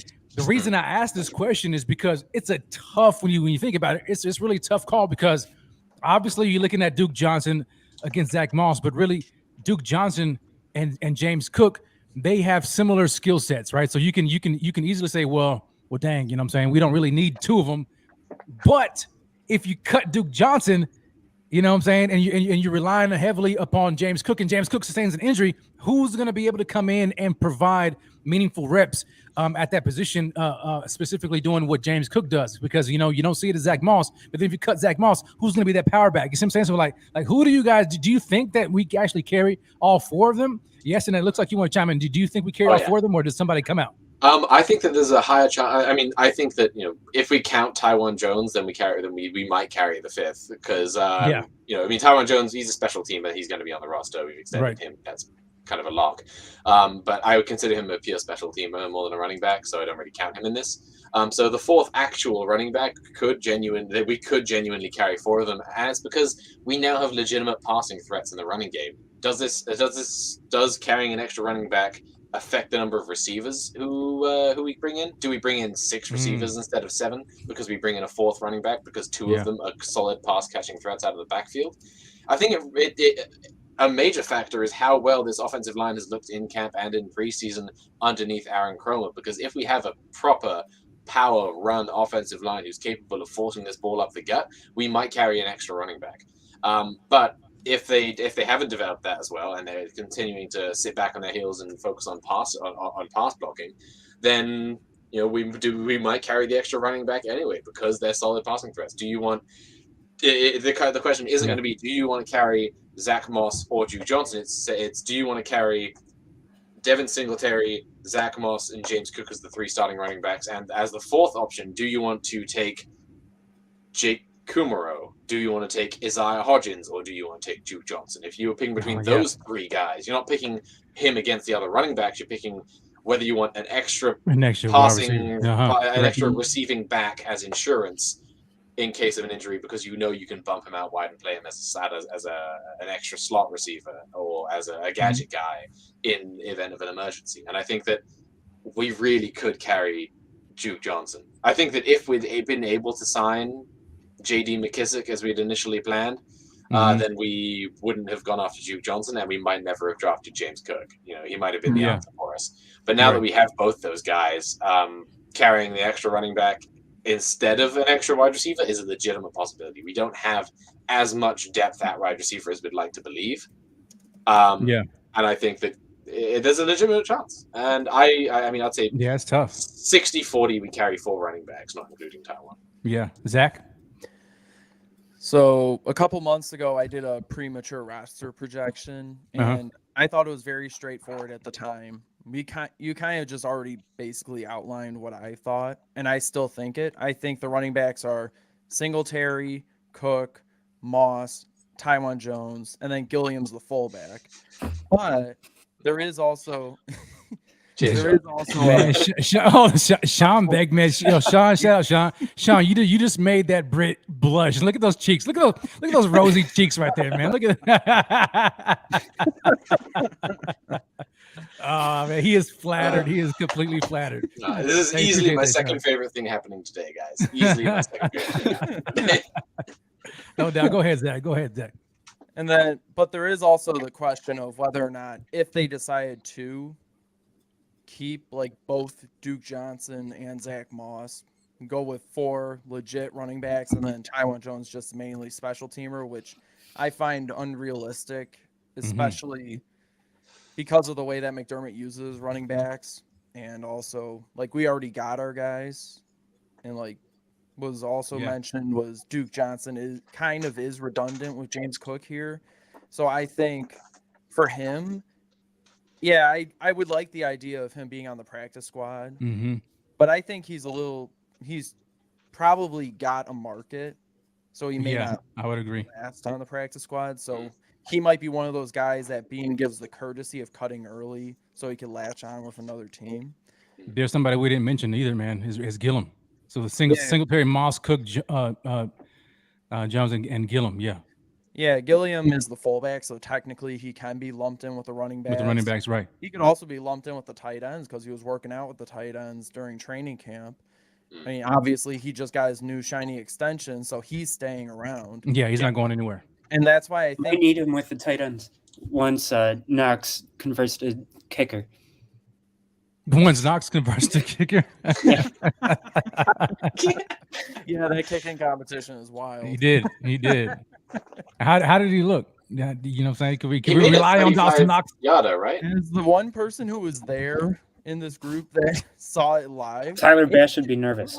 Yeah, Tyler Bass should be nervous. Knox seemed to be kicking some floaters. I think Barkley hit some line drives. Micah Hyde probably. Micah Hyde do it? Yeah. Oh man. Okay. So we got a kicking competition now with Dawson Knox. Yeah. But can he hold? That's the question. Can he hold? Let's not forget Ariza has bombed some field goals too in college. Yeah. That's true. Yeah, that's true. But we're not going to talk about kickers on this show. We're just not going to. We just. I don't know. I mean, back in the '60s, so many quarterbacks and running backs and safeties and cornerbacks were all kicking extra points too. Maybe I don't know. We could do throw it all the way back, save a roster spot, and have Josh do it. I mean, Chad Johnson did it back with Cincy. Yeah. Plenty of skill position players have also, because it's guys who love the game and they're willing to do everything they can to get on that field. I mean, now it's more of a gimmick, but back then, not so much. So, I gotta say something. My man Adam, he's coming in with it. Adam, this is your on my mama take. This is an on my mama take for Adam. Today he says, Cook shocked the world. 3 tutties today, 1 on the ground, 2 in the air. If you thought the fan base exploded with Wade, wait until Cook has a dominant play or a dominant game. Oh man, okay, hold on. I'm glad Adam said this. I mean, let me ask this question to everybody. Because you know Bills fans, right? You know how much, man, we jump on the hype trains, man. We love all this hype. If James Cook today or throughout the preseason, if he just explodes, he looks dominant, if maybe he kind of outshines Motor a little bit or whatever the case may be, how difficult is it going to be to reel Bills Mafia back from wanting to see James Cook as the lead back instead of Motor Singletary? Kevin, what are you thinking, man? Yeah, like you said, it's kind of contagious. Once James Cook touches the ball, everyone's going to freak out. It's going to be one of those things you're on the edge of your seats. You're like, oh, here he is. He has the ball. And I don't want it to turn into one of those things where you have a rookie quarterback. And the first one that popped into my brain was in Cleveland when Baker Mayfield was a number 1 pick and Tyrod Taylor's there holding the ship down. And every time Tyrod Taylor dropped back, it's come on, put Baker in, Baker. Mm-hmm. And I don't want that to be the same thing where it's like, come on, James Cook over Devin But Singletary. it's going to happen though, right? It's inevitable, especially like if James Cook flashes like incredibly, if he just like has just one incredible performance and he's just looking like, oh my gosh, he's looking like the second coming of his brother, right? And he's just going all over, he's just going nuts. In the slot, I mean, out of the backfield, catching screens, making long runs, splitting defenders. I mean, doing all this kind of stuff. And you're like, oh my gosh. And then Devin Singletary comes and he's like, 3 yards per carry type of stuff, you know what I'm saying? And he's like, and you're like, dang, it's going to be very difficult, man, for us, rolling in week 1 and we got Motor Singletary and the first stuff behind the line of scrimmage, people are going to be clamoring for, put in James Cook. We want to see James Cook. It's going to be hard. I'm not going to lie. I'm probably going to be one of those guys. I'm going to jump on that train too myself. But I will say, as long as the Bills know how to use their run game effectively, I don't think that'll be an issue. Like if they're running the ball when they shouldn't be running the ball and Devin Singletary is getting stuffed for 1 or 2 yards every single carry, then everyone's going to be pressing to put James Cook in. It's like, come on, let's get the screening game going. Let's use him out of the slot. Let's do some more trickery. But if they know how to offset that with the passing game, that's going to be a dominant 1-2 punch like we've been saying right along. So I think people are going to grow to love not only James Cook, but Devin Singletary as a running back duo. Like we said a couple weeks ago, Fred Jackson and CJ Spiller. I was just about to say that, man. I was just about to say that. You stole my thunder, Kev. I was going to say who, man. Oh, man, you got me. But yes, Fred Jackson, CJ Spiller. But I think, because remember, man, I remember Spiller was, dude, before he just started, I don't know, man, what happened. I had so much high hopes for that tandem. That would have been a legit tandem right there. But yes, you're right. Fred Jackson, CJ Spiller, man. But even more so, man, with James Cook. That guy is, oh, man. If we can get that and they can really, like you had mentioned, really utilize them, in a true balancing type of scenario, man, who's going to be able to stop this offense? When you look at all the weapons, when you look at Stephon Diggs and you look at Gabe Davis, who in case you guys didn't know, I've got this huge man crush on Gabe Davis. He's going to have a phenomenal year. He's going to explode. He's going to have Who doesn't have a big man crush on Gabe? Come on, man. Well, I do know who doesn't have a man crush on him, and that's Alex Spencer, man. I don't know what he's tripping. Oh, yeah. He's a hater. I don't know what's going on with him. Alex is a hater, but he's gonna have a great year. So, but you got Diggs and Davis, and then you got McKenzie and Crowder, Shakir, James Cook. We haven't even talked about Dawson Knox and OJ Howard, man. And oh my gosh, it's gonna be great. It's gonna be great. So Bryce. Who else excites you, man? Let's kind of shift as we are at 1 hour and 30 minutes into the show, but it's okay to go over today because guess what? It's the pre-game show, man, on Buffalo Fanatics Network. Smash that like if you haven't already done so. Share it with everybody. We're taking over, man. This is it. This is it. Okay, so in the shift, man, I want to know something from you guys. Who excites you all the most? We probably already touched on it a little bit. But who excites you the most as we look at today's game against the Colts, and then even as we continue to go forward into the preseason, Matt? So what player or players excites you the most this offseason? There you go, Kev. You just over-eager, Kevin. You just over-eager. I was gonna come around. That one was too easy though. I had to get out of the way because like everyone was thinking about James Cook because all right. So about James Cook. All right, man. So since Kevin could not. This is what I'm gonna do, man. We are around the horn, and Kevin was so overeager. He's out of here. Kevin, you're going. You're in timeout, Kevin. You're in timeout. He's got his dunce cap on in the corner. Let's start with Bryce, and then we're gonna go around the horn. Bryce, who are you most excited to see this preseason? Well, since Kev took James Cook, I'm gonna go with Greg Rousseau. I want to see how much he's. That was mine. I want to see how much he's improved with Von Miller. In the defensive end room now. Yeah. I know he's put on like 15 to 20 pounds of muscle too, so he's gotten a lot bigger, a lot stronger. Yeah, he's added a crazy amount of muscle. Wow.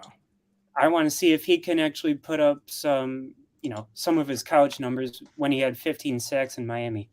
Because if he can, this defensive line is going to be unstoppable. Nice. Yes.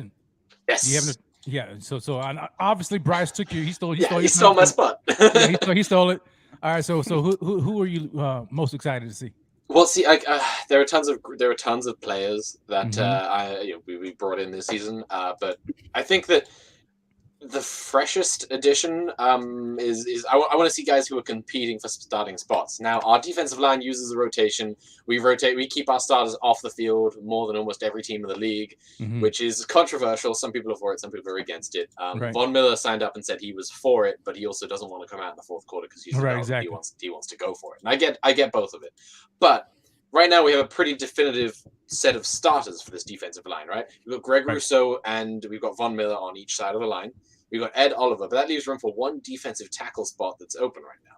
And I think that starting in that defensive tackle spot, that's the biggest question because I think it could be Jordan Phillips Oh, or okay. Daquan Jones or Tim Settle. And I think that due to familiarity and the fact that he's already played alongside Ed Oliver, it could be Jordan Phillips. He's had a good camp. He's been exciting. I like Jordan Phillips. And he's been getting a lot of reps with the one, and I'm really excited to see how he looks after his absence, because he went away, he got paid, he's back to have a good time and win some games again. Right. And we know the last time he was here. I mean, he was electric. Did he lead? Did he lead the team in sacks, or he had? I know he had a career year. Yeah, I think he had nine and a half sacks. I think it was. Yeah, coming out of a defensive tackle position. Right. You know, when he had Jerry Hughes just next to him, you know, who's supposed to be our guy at the time, right? Yeah. And I think that I'm excited to see what Jordan Phillips can do this year. You know, I'm hesitant because this defensive line has brought in a lot of talent and they shed a lot of talent.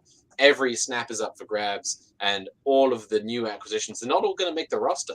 And honestly, Jordan Phillips could be one of those guys who finds themselves on the outs come September. But this preseason run right now is going to determine whether he's completely off the team, whether he's a rotational guy, whether he's in a starting role, and I'm just so curious to find out. Okay, so let's Zach made mention of something that I thought it was interesting. So let's do one offensive player and one defensive player. Okay, all so right. Yes, and so you've got on defense you going with Jordan Phillips? Yeah, I'm so excited to find out what happens. All right, so Jordan Phillips on defense. It's a story who's the without offensive ending guy right now? Yeah, so who do you have on offense? On offense, you know, once again, here comes Zach. He's gonna steal it from. You can feel out of pure curiosity more than anything else. You know, I mean, I could say, oh, I'm excited to see Gabe Davis as wide receiver too. Oh, I'm excited to see. I could say all of that, but in reality, I'm excited to see what's new. And what's new is OJ Howard and us running 12 and 22 personnel. And I want to see it. I want to see what we do. We have such a versatile offense with all these additions. You know, I mentioned James Cook bringing more to the table. You know, I mentioned how, we've got all these options with all these different players. I want to see what we can run out of that lineup and what OJ Howard specifically does for this offense. Nice. Is he in a pure blocking position? How often is he going to roll out? How often are we going to use him? How often is he going to be running routes? When is he going to pass block, run block? You know, is he going to be involved in the screen game coming off the side? I'm so excited to find out. There we go. Zach, your turn, buddy. Who do you got? So I have one for offense and one for defense. Okay. So on offense, and no, Yeston did not take mine. Good. Mine was going to be, I was going to say Khalil Shakir because come on. Same reason. I was thinking too. Want to see what's new. We hear good things about him in camp. I want to see what rookies can do in live game reps, especially considering the playmaking potential that Shakir has going forward, even if it's not necessarily this year. Like what do we have in him? What did Brandon Beane and Sean McDermott see in him that they felt so comfortable taking him in the 4th round had they not traded up for Kyrie Elam? And what exactly can we look forward to going forward? Because we know Crowder's on a 1-year deal. He may end up just being the odd man out going forward. What can Shakir show us now to prepare for the future of the Bills offense? And then on defense, we already talked about how we don't necessarily want to see that much of Micah Hyde and Jordan Poyer.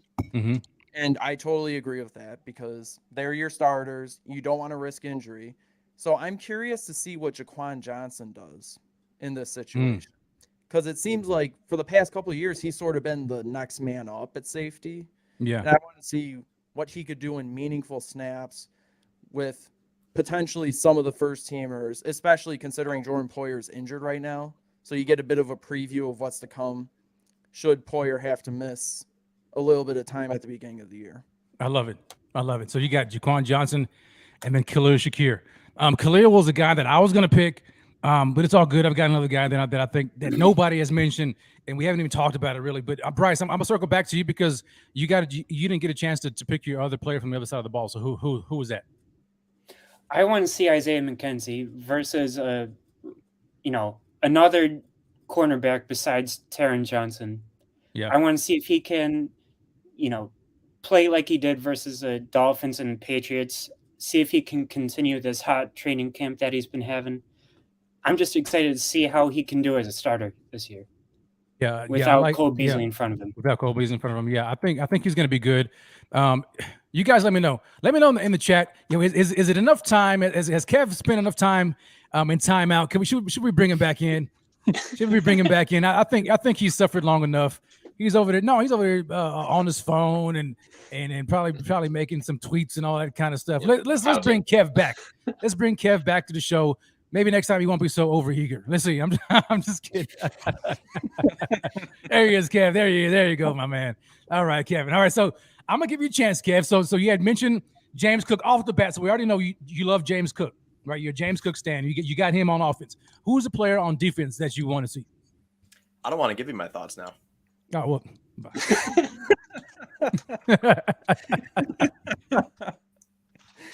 Come on, Kev. There you go. I'm getting your feelings. I'm going to take the third side of the ball, if that's okay, with Matt Araiza, someone we haven't really talked about a lot. All right.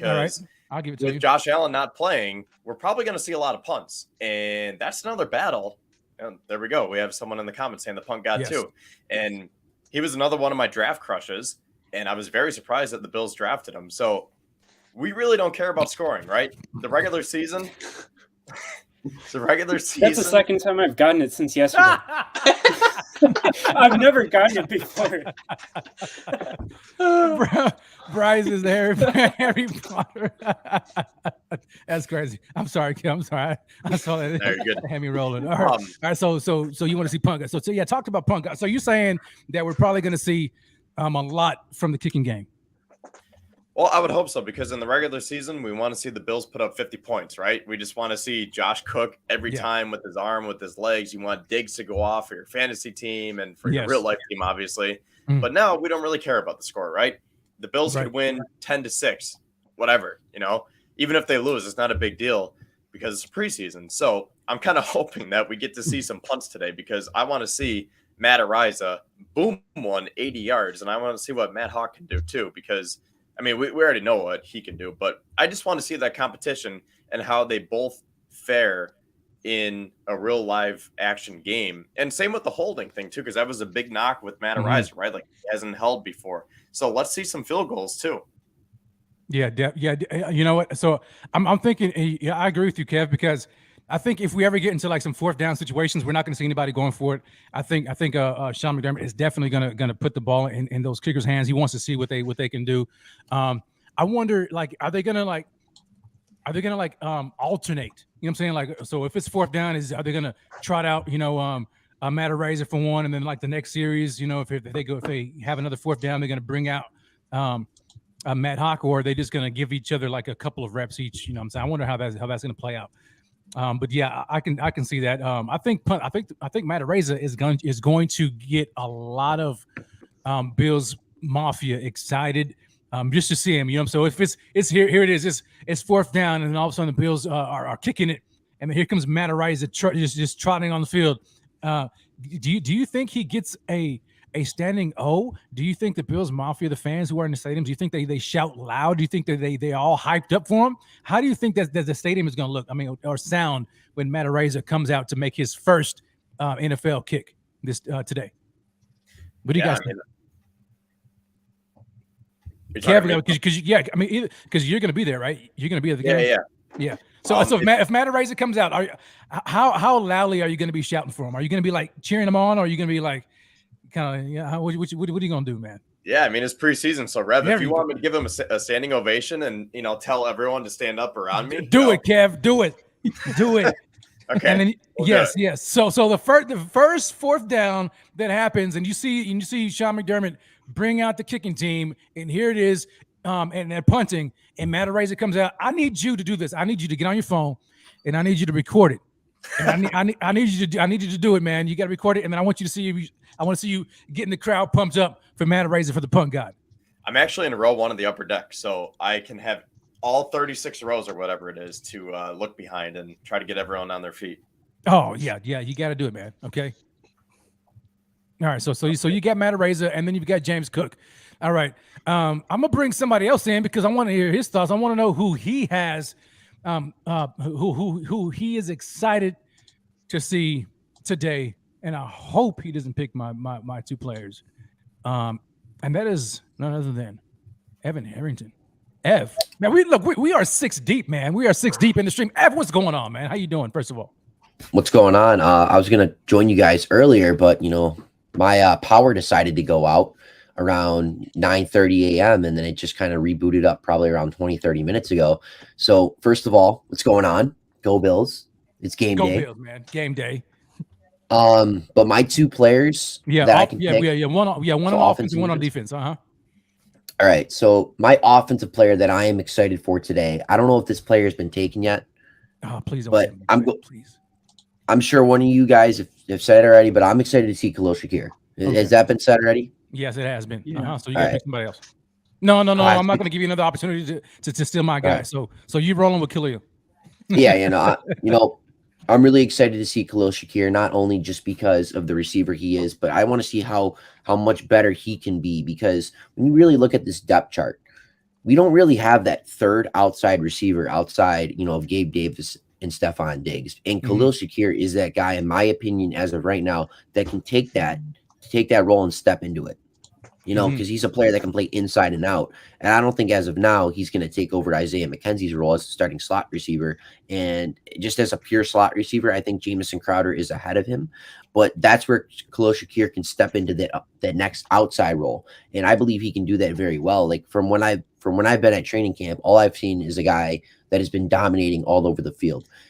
Just a pure route runner, great hands, knows how to track the ball, soft hands,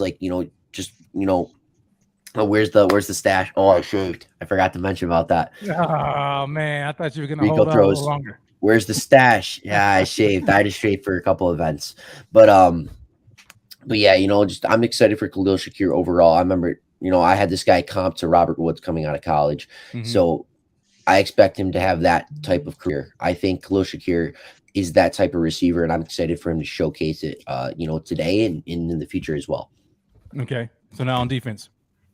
My defensive player that I'm excited to see, anyone who's been listening over the past couple weeks knows I've been raving about this guy all the time.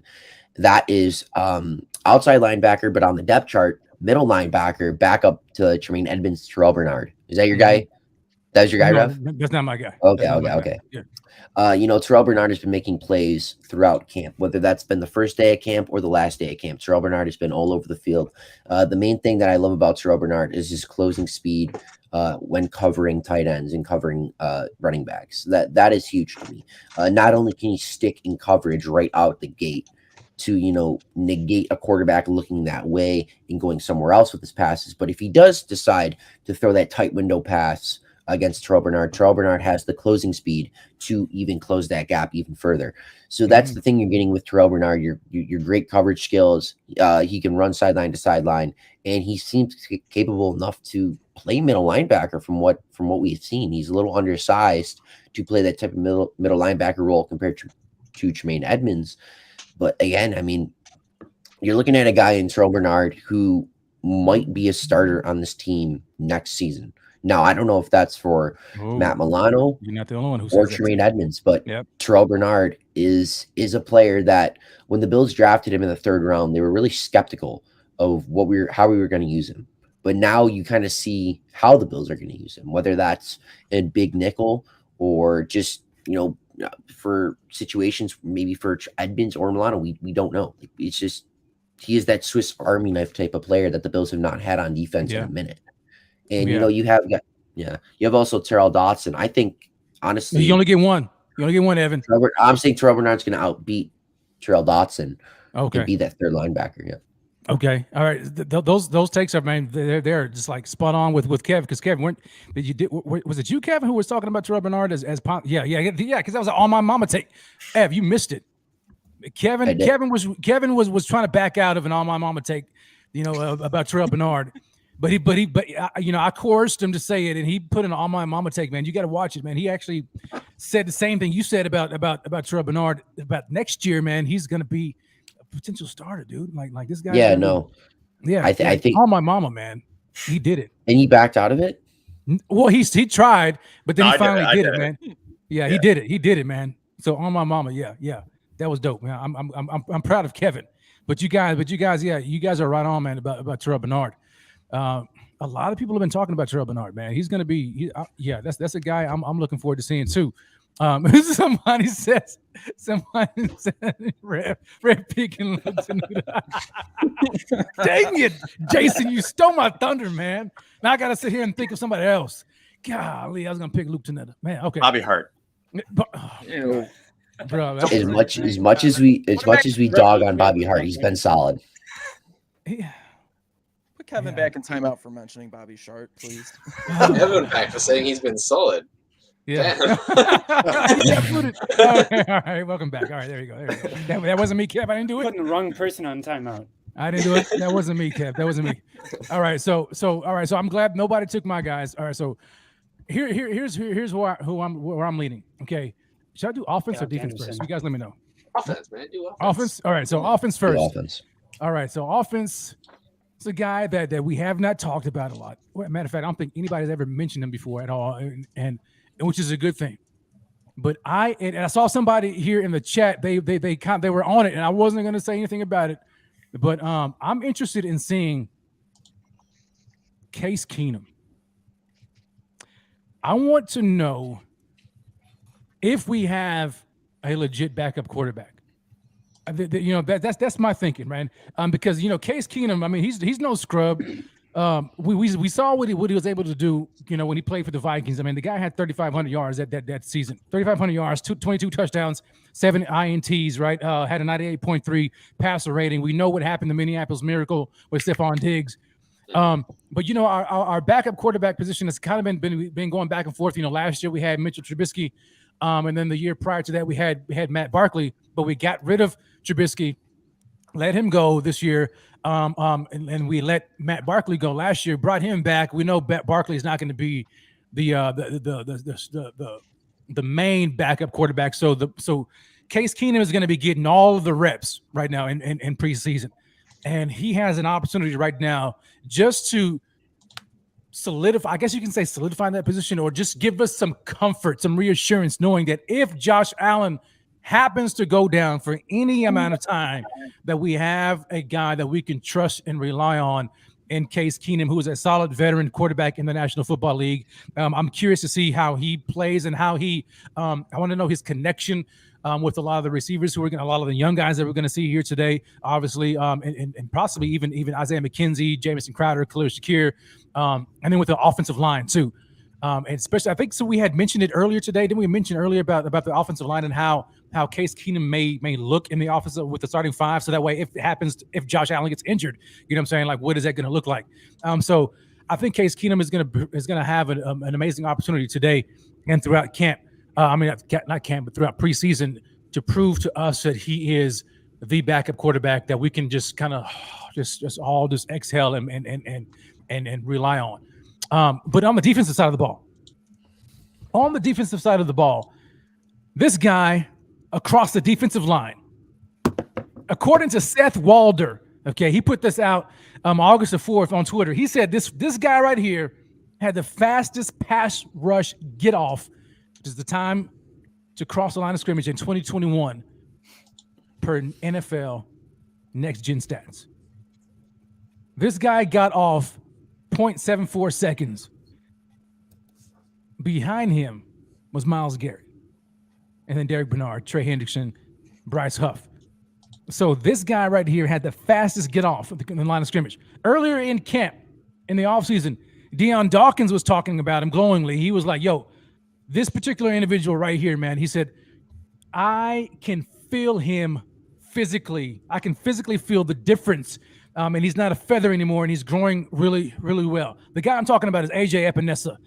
A.J. Epinesa, our second-round pick a few years back, man. I want to see A.J. Epinesa. I haven't really heard much about him in training camp, which is why I want to see what he's going to look like today and throughout the rest of preseason, especially going, saying with him and Boogie Basham, but specifically A.J. Epinesa, because he's a high investment, right? We drafted him highly. He was our first pick in the 2020 draft when we didn't have a first-round pick because we traded it away for Stephon Diggs. So how is A.J. Epinesa going to look? Is he a guy that's worth keeping on the roster going forward, or is he a guy that we're just going to have to let go because he just hasn't performed? well enough to earn a roster spot. So how is AJ Epinesa going to perform here today and the rest of preseason? I'm curious, man. I've kind of pooped on him, you know what I'm saying, quite a bit, because especially when we first back drafted, I was like, yeah, I'm just not feeling this guy. I'm not feeling this guy. And then he had that kind of, his weight fluctuated, you know what I'm saying? They wanted him to lose weight. He lost too much weight. Following year, he kind of gained some weight back. And so now he's kind of, finding his body, I guess you can say. But what is he going to look like? How is he going to perform? Is he the guy that we expected to get out of our second round pick?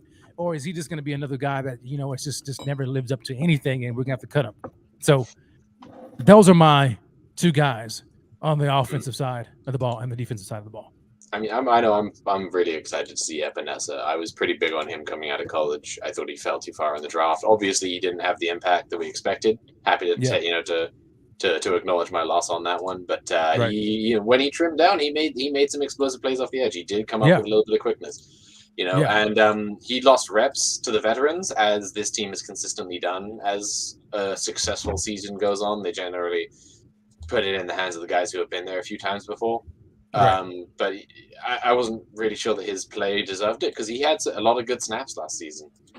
I understand you have draft capital and contracts invested in other players, less so in Epinesa. So, from like a sort of a resources standpoint, you want to put him in, but he had good snaps, and I felt like he deserved to be on the field a little more. This preseason is going to be pretty major for him, though, because he did have a really quick gut off, and he did fix up his game. He put in a lot of work. And is this group just too diverse now and too tough to crack into because we brought in so much talent in that area this offseason, or is he capable of carving out a little niche for himself? Yeah, and especially I'm glad you mentioned the niche, because let's think about this. So when they brought in AJ Epinesa, they had him cut weight, right? Because why? Because we had Jerry Hughes. He was that guy that was probably going to be that new bendy speed edge rusher, right? So when you look at the defensive ends on the roster, right? Obviously starters. I mean, we got Von Miller and Groot, right? Groot is not that. He's not that bendy speed edge rusher. He's that power defensive end, and so we got Von Miller. But who is that other quick get off guy? You know what I'm saying? That bendy, speedy pass rusher that we have behind Von Miller. I mean, is it Boogie Basham, or is it or have they been kind of trying to at least groom AJ Epinesa to be that guy? Who do you guys think? I mean, who do you guys think fits that mold? Because once because it's going to be a heavy rotation, right? So if once Von Miller comes off the field and you got Groot there on the power end, who's going to be that speed pass rusher off the end? I'll kind of start with this. I mean, you kind of got to look at, the rest of your depth, right? When you look at, you got Von Miller, you got Greg Rousseau, but then, Rev, you mentioned when Von Miller's off the field, who's going to kind of step into that speed rusher role? Right. I don't think it's Boogie Basham. I think Boogie Basham's more of a power rusher. He's a little more technique to get to the quarterback. And I think it has to be AJ Epinesa. Yeah. I think it is strictly AJ Epinesa's role to lose, right? Right. We kind of talk about, like, Jameson Crowder had the slot role. Like, it's his role to lose. Well, this is kind of the same thing for the defense. The speed rusher role is AJ Epinesa's role to lose. Mm-hmm. Like, if he doesn't, win it, if quote unquote he doesn't, obtain it and earn it, maybe it's a guy like Shaq Lawson. I don't know. But AJ Epinesa has all the physical tools and all the physical traits to step into that role. Because when you really think about it down this depth chart, there's really only like 5 like edge rushers on this roster. Mm-hmm. You have Von Miller, Greg Rousseau, Boogie Basham, Epinesa, and Lawson. And in my opinion, outside of Rousseau and Miller, Epinesa has the best mold to fit that speed rusher role.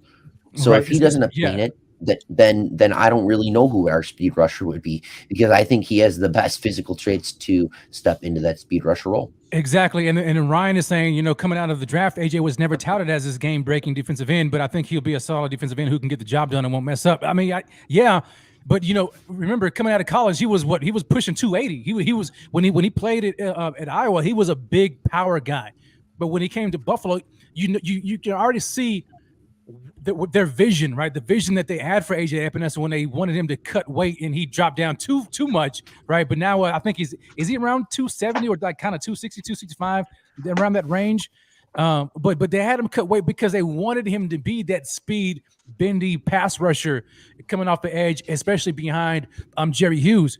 And we saw it in flashes, right? We saw it in flashes, which is, I mean, it's paying dividends for him. I mean, when Seth talks about this here Seth Walder on Twitter, when he said, the fastest pass rush get off, in 2021 was AJ Epinesa. When you think about all of these pass rushers in the league, all these elite pass rushers, Myles Garrett, these guys, AJ Epinesa had the fastest get off, right? The fastest get off. And so him cutting weight and fitting that mold is starting to, I guess he's finally starting to fit into that mold that they had for him. Now it's just a matter of him putting it all together. And like somebody had mentioned in the chat, it's just time on task. So we're gonna see, and he's gonna get a lot of opportunities to show whether or not he is that guy. But I definitely agree with you though, Evan, because when you look at the other pass rushers on this team, Boogie is not. He doesn't fit that mold, right? Shaq Lawson has never been a speed pass rusher. He was more of a power guy coming out of college, and even in his time with Buffalo, he was that I'm gonna set the edge kind of guy, right? Kind of like Groot, which is a smaller version of him.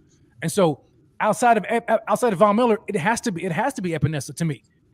So I think they're banking on him so much, and if he just wets the bed and doesn't show up, and he's just like, oh my gosh, maybe they keep Von Miller on the field a lot longer than they really anticipated. Well, Von Miller did say that he initially said when he signed that he was happy with our rotation, he liked it, but he's made multiple comments since then saying, I never want to come off the field. I want to be there every down, I want to get my game going, I don't want to miss out on opportunities because somebody else is taking my snaps, Yeah. And it's been a consistent theme for him, and I think that he's going to do everything he can to stay out there. I just don't know how effective that's going to be. How effective his plea is going to be. Obviously, he's effective when he gets snaps. Right. Just because this rotation's been done the same way for a long time, we haven't had any changes in philosophy just because we signed a new player. Right, but we haven't had a defensive end like Von Miller on the team also. Exactly. So maybe that changes things. Maybe having an elite level pass rusher, potential first ballot Hall of Famer on this team changes or makes Sean McDermott to at least tilt his head a little bit, like, he and Leslie Frazier, just at least debate about it and maybe possibly give him more reps. But at the end of the day, it's a long season, man. We can use him, you know what I'm saying? And I get it. He wants to be on the field a lot, but man, when you think about just the entirety of the offseason, the entirety of the regular season, plus going into the playoffs, we want Von Miller as fresh as possible, especially when we make this Super Bowl push, the Super Bowl run. We don't want the guy to be, extended and hurt, midway down the season because, we gave him way too many reps and he just got hurt and he's out a few games and now we have to rely on a lot of the younger guys. So it's going to be a balancing act, right? It's definitely going to be a balancing act with where that comes into play. But man, you know what? Somebody, Scott Blakely here, he comes in and, he says, I want to see Ed Oliver. Ed Oliver, I think is going to have another incredible season this year. I think this guy is going to have a double-digit sack season. I think he's just right there, man. It's just when you look at, especially because when you look at his own personal development, but then you add in the fact that they added what I think is a legit one tech besides him, right? With Daquan Jones and then even Tim Settle. When you have guys like that next to him, and then Jordan Phillips, I think it's just going to free him up, man. There's going to be so many one-on-one opportunities for Ed Oliver that he's just going to have. He's going to wreak havoc, man. He is definitely going to wreak havoc. So, yeah, I'm excited. We can list like the entire defensive line. You know what I'm saying? Like there's so many guys across this entire defense, man, and offense that we could list. But we won't do that. What we're going to do is we're going to let you guys who are watching in the chat, salute to you all who've been tuning in this entire time. We are 2 hours in the books, and the show is finally in the books. You guys are going to watch the show, watch the game today, and tell us who excites you the most, man. And I want you to do this on all your social media platforms. This is what I want you to do. As you're watching the game and you see a player flash that you liked or you're just excited about the game, make a comment, right?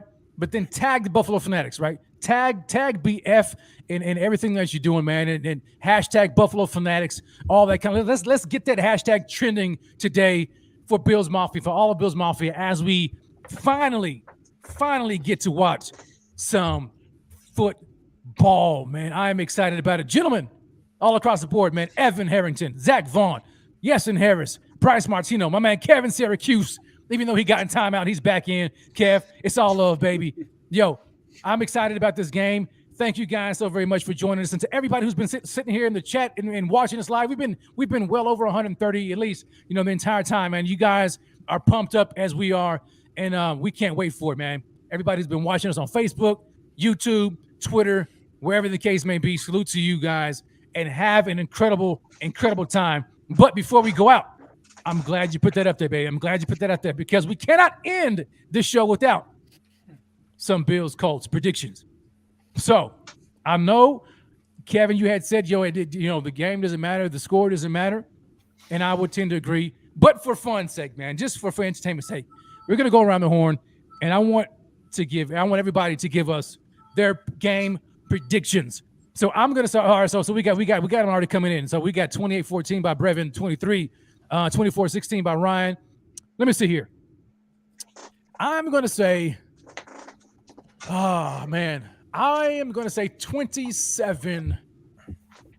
27-17. Bills win. I think we're gonna score a few touchdowns, man. But we're also gonna get. I think we're gonna get a lot of field goals in here in the game. So 27-17. Bills over the Colts. Evan, what about you?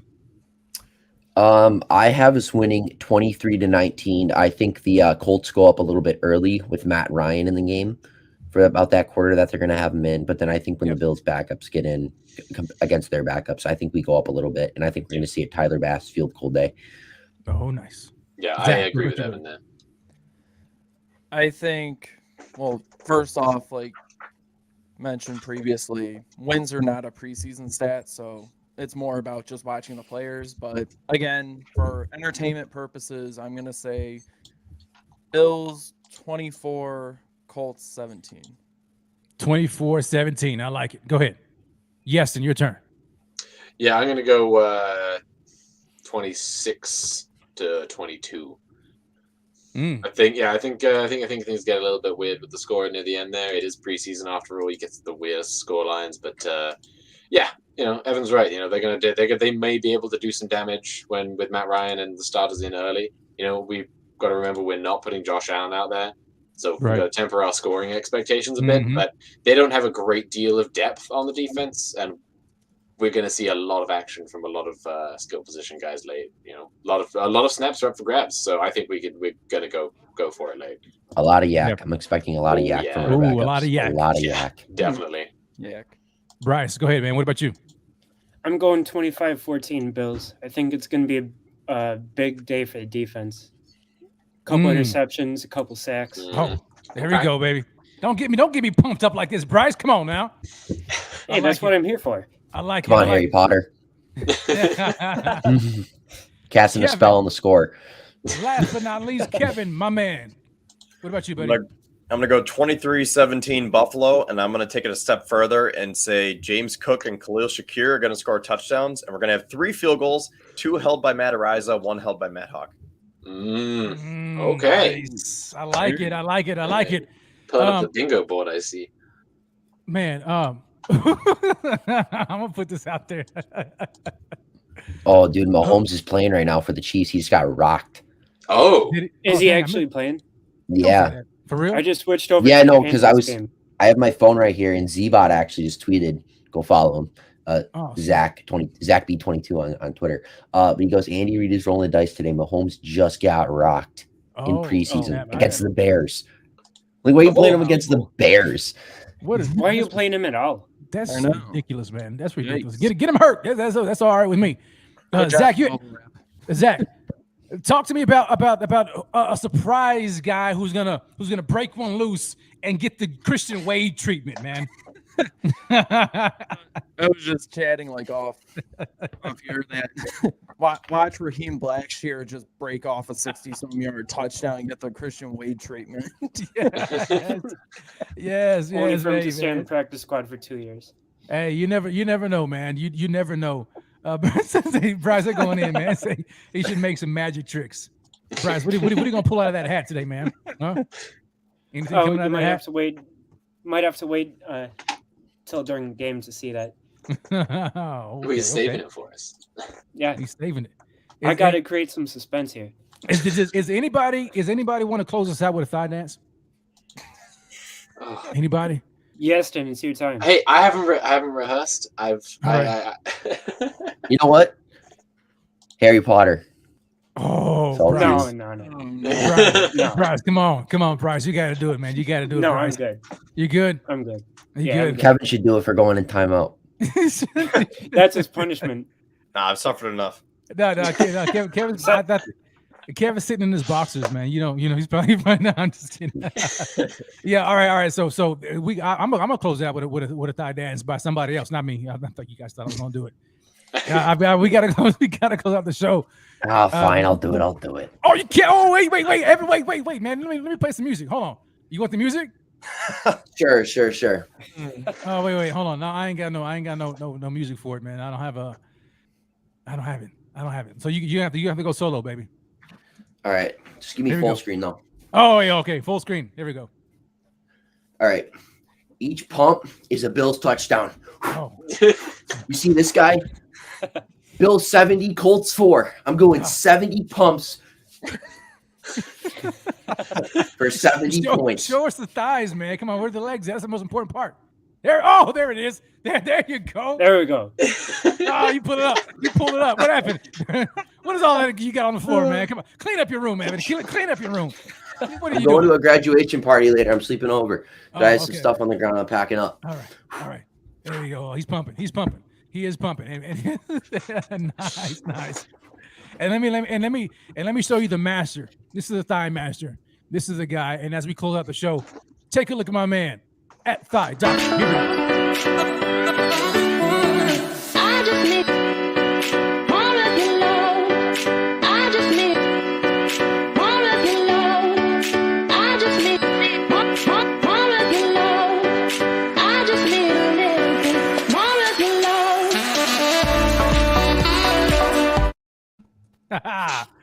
Oh man, shout out to my man Thigh Doctor. You guys go follow him on Twitter, man, at Thigh Doctor, man.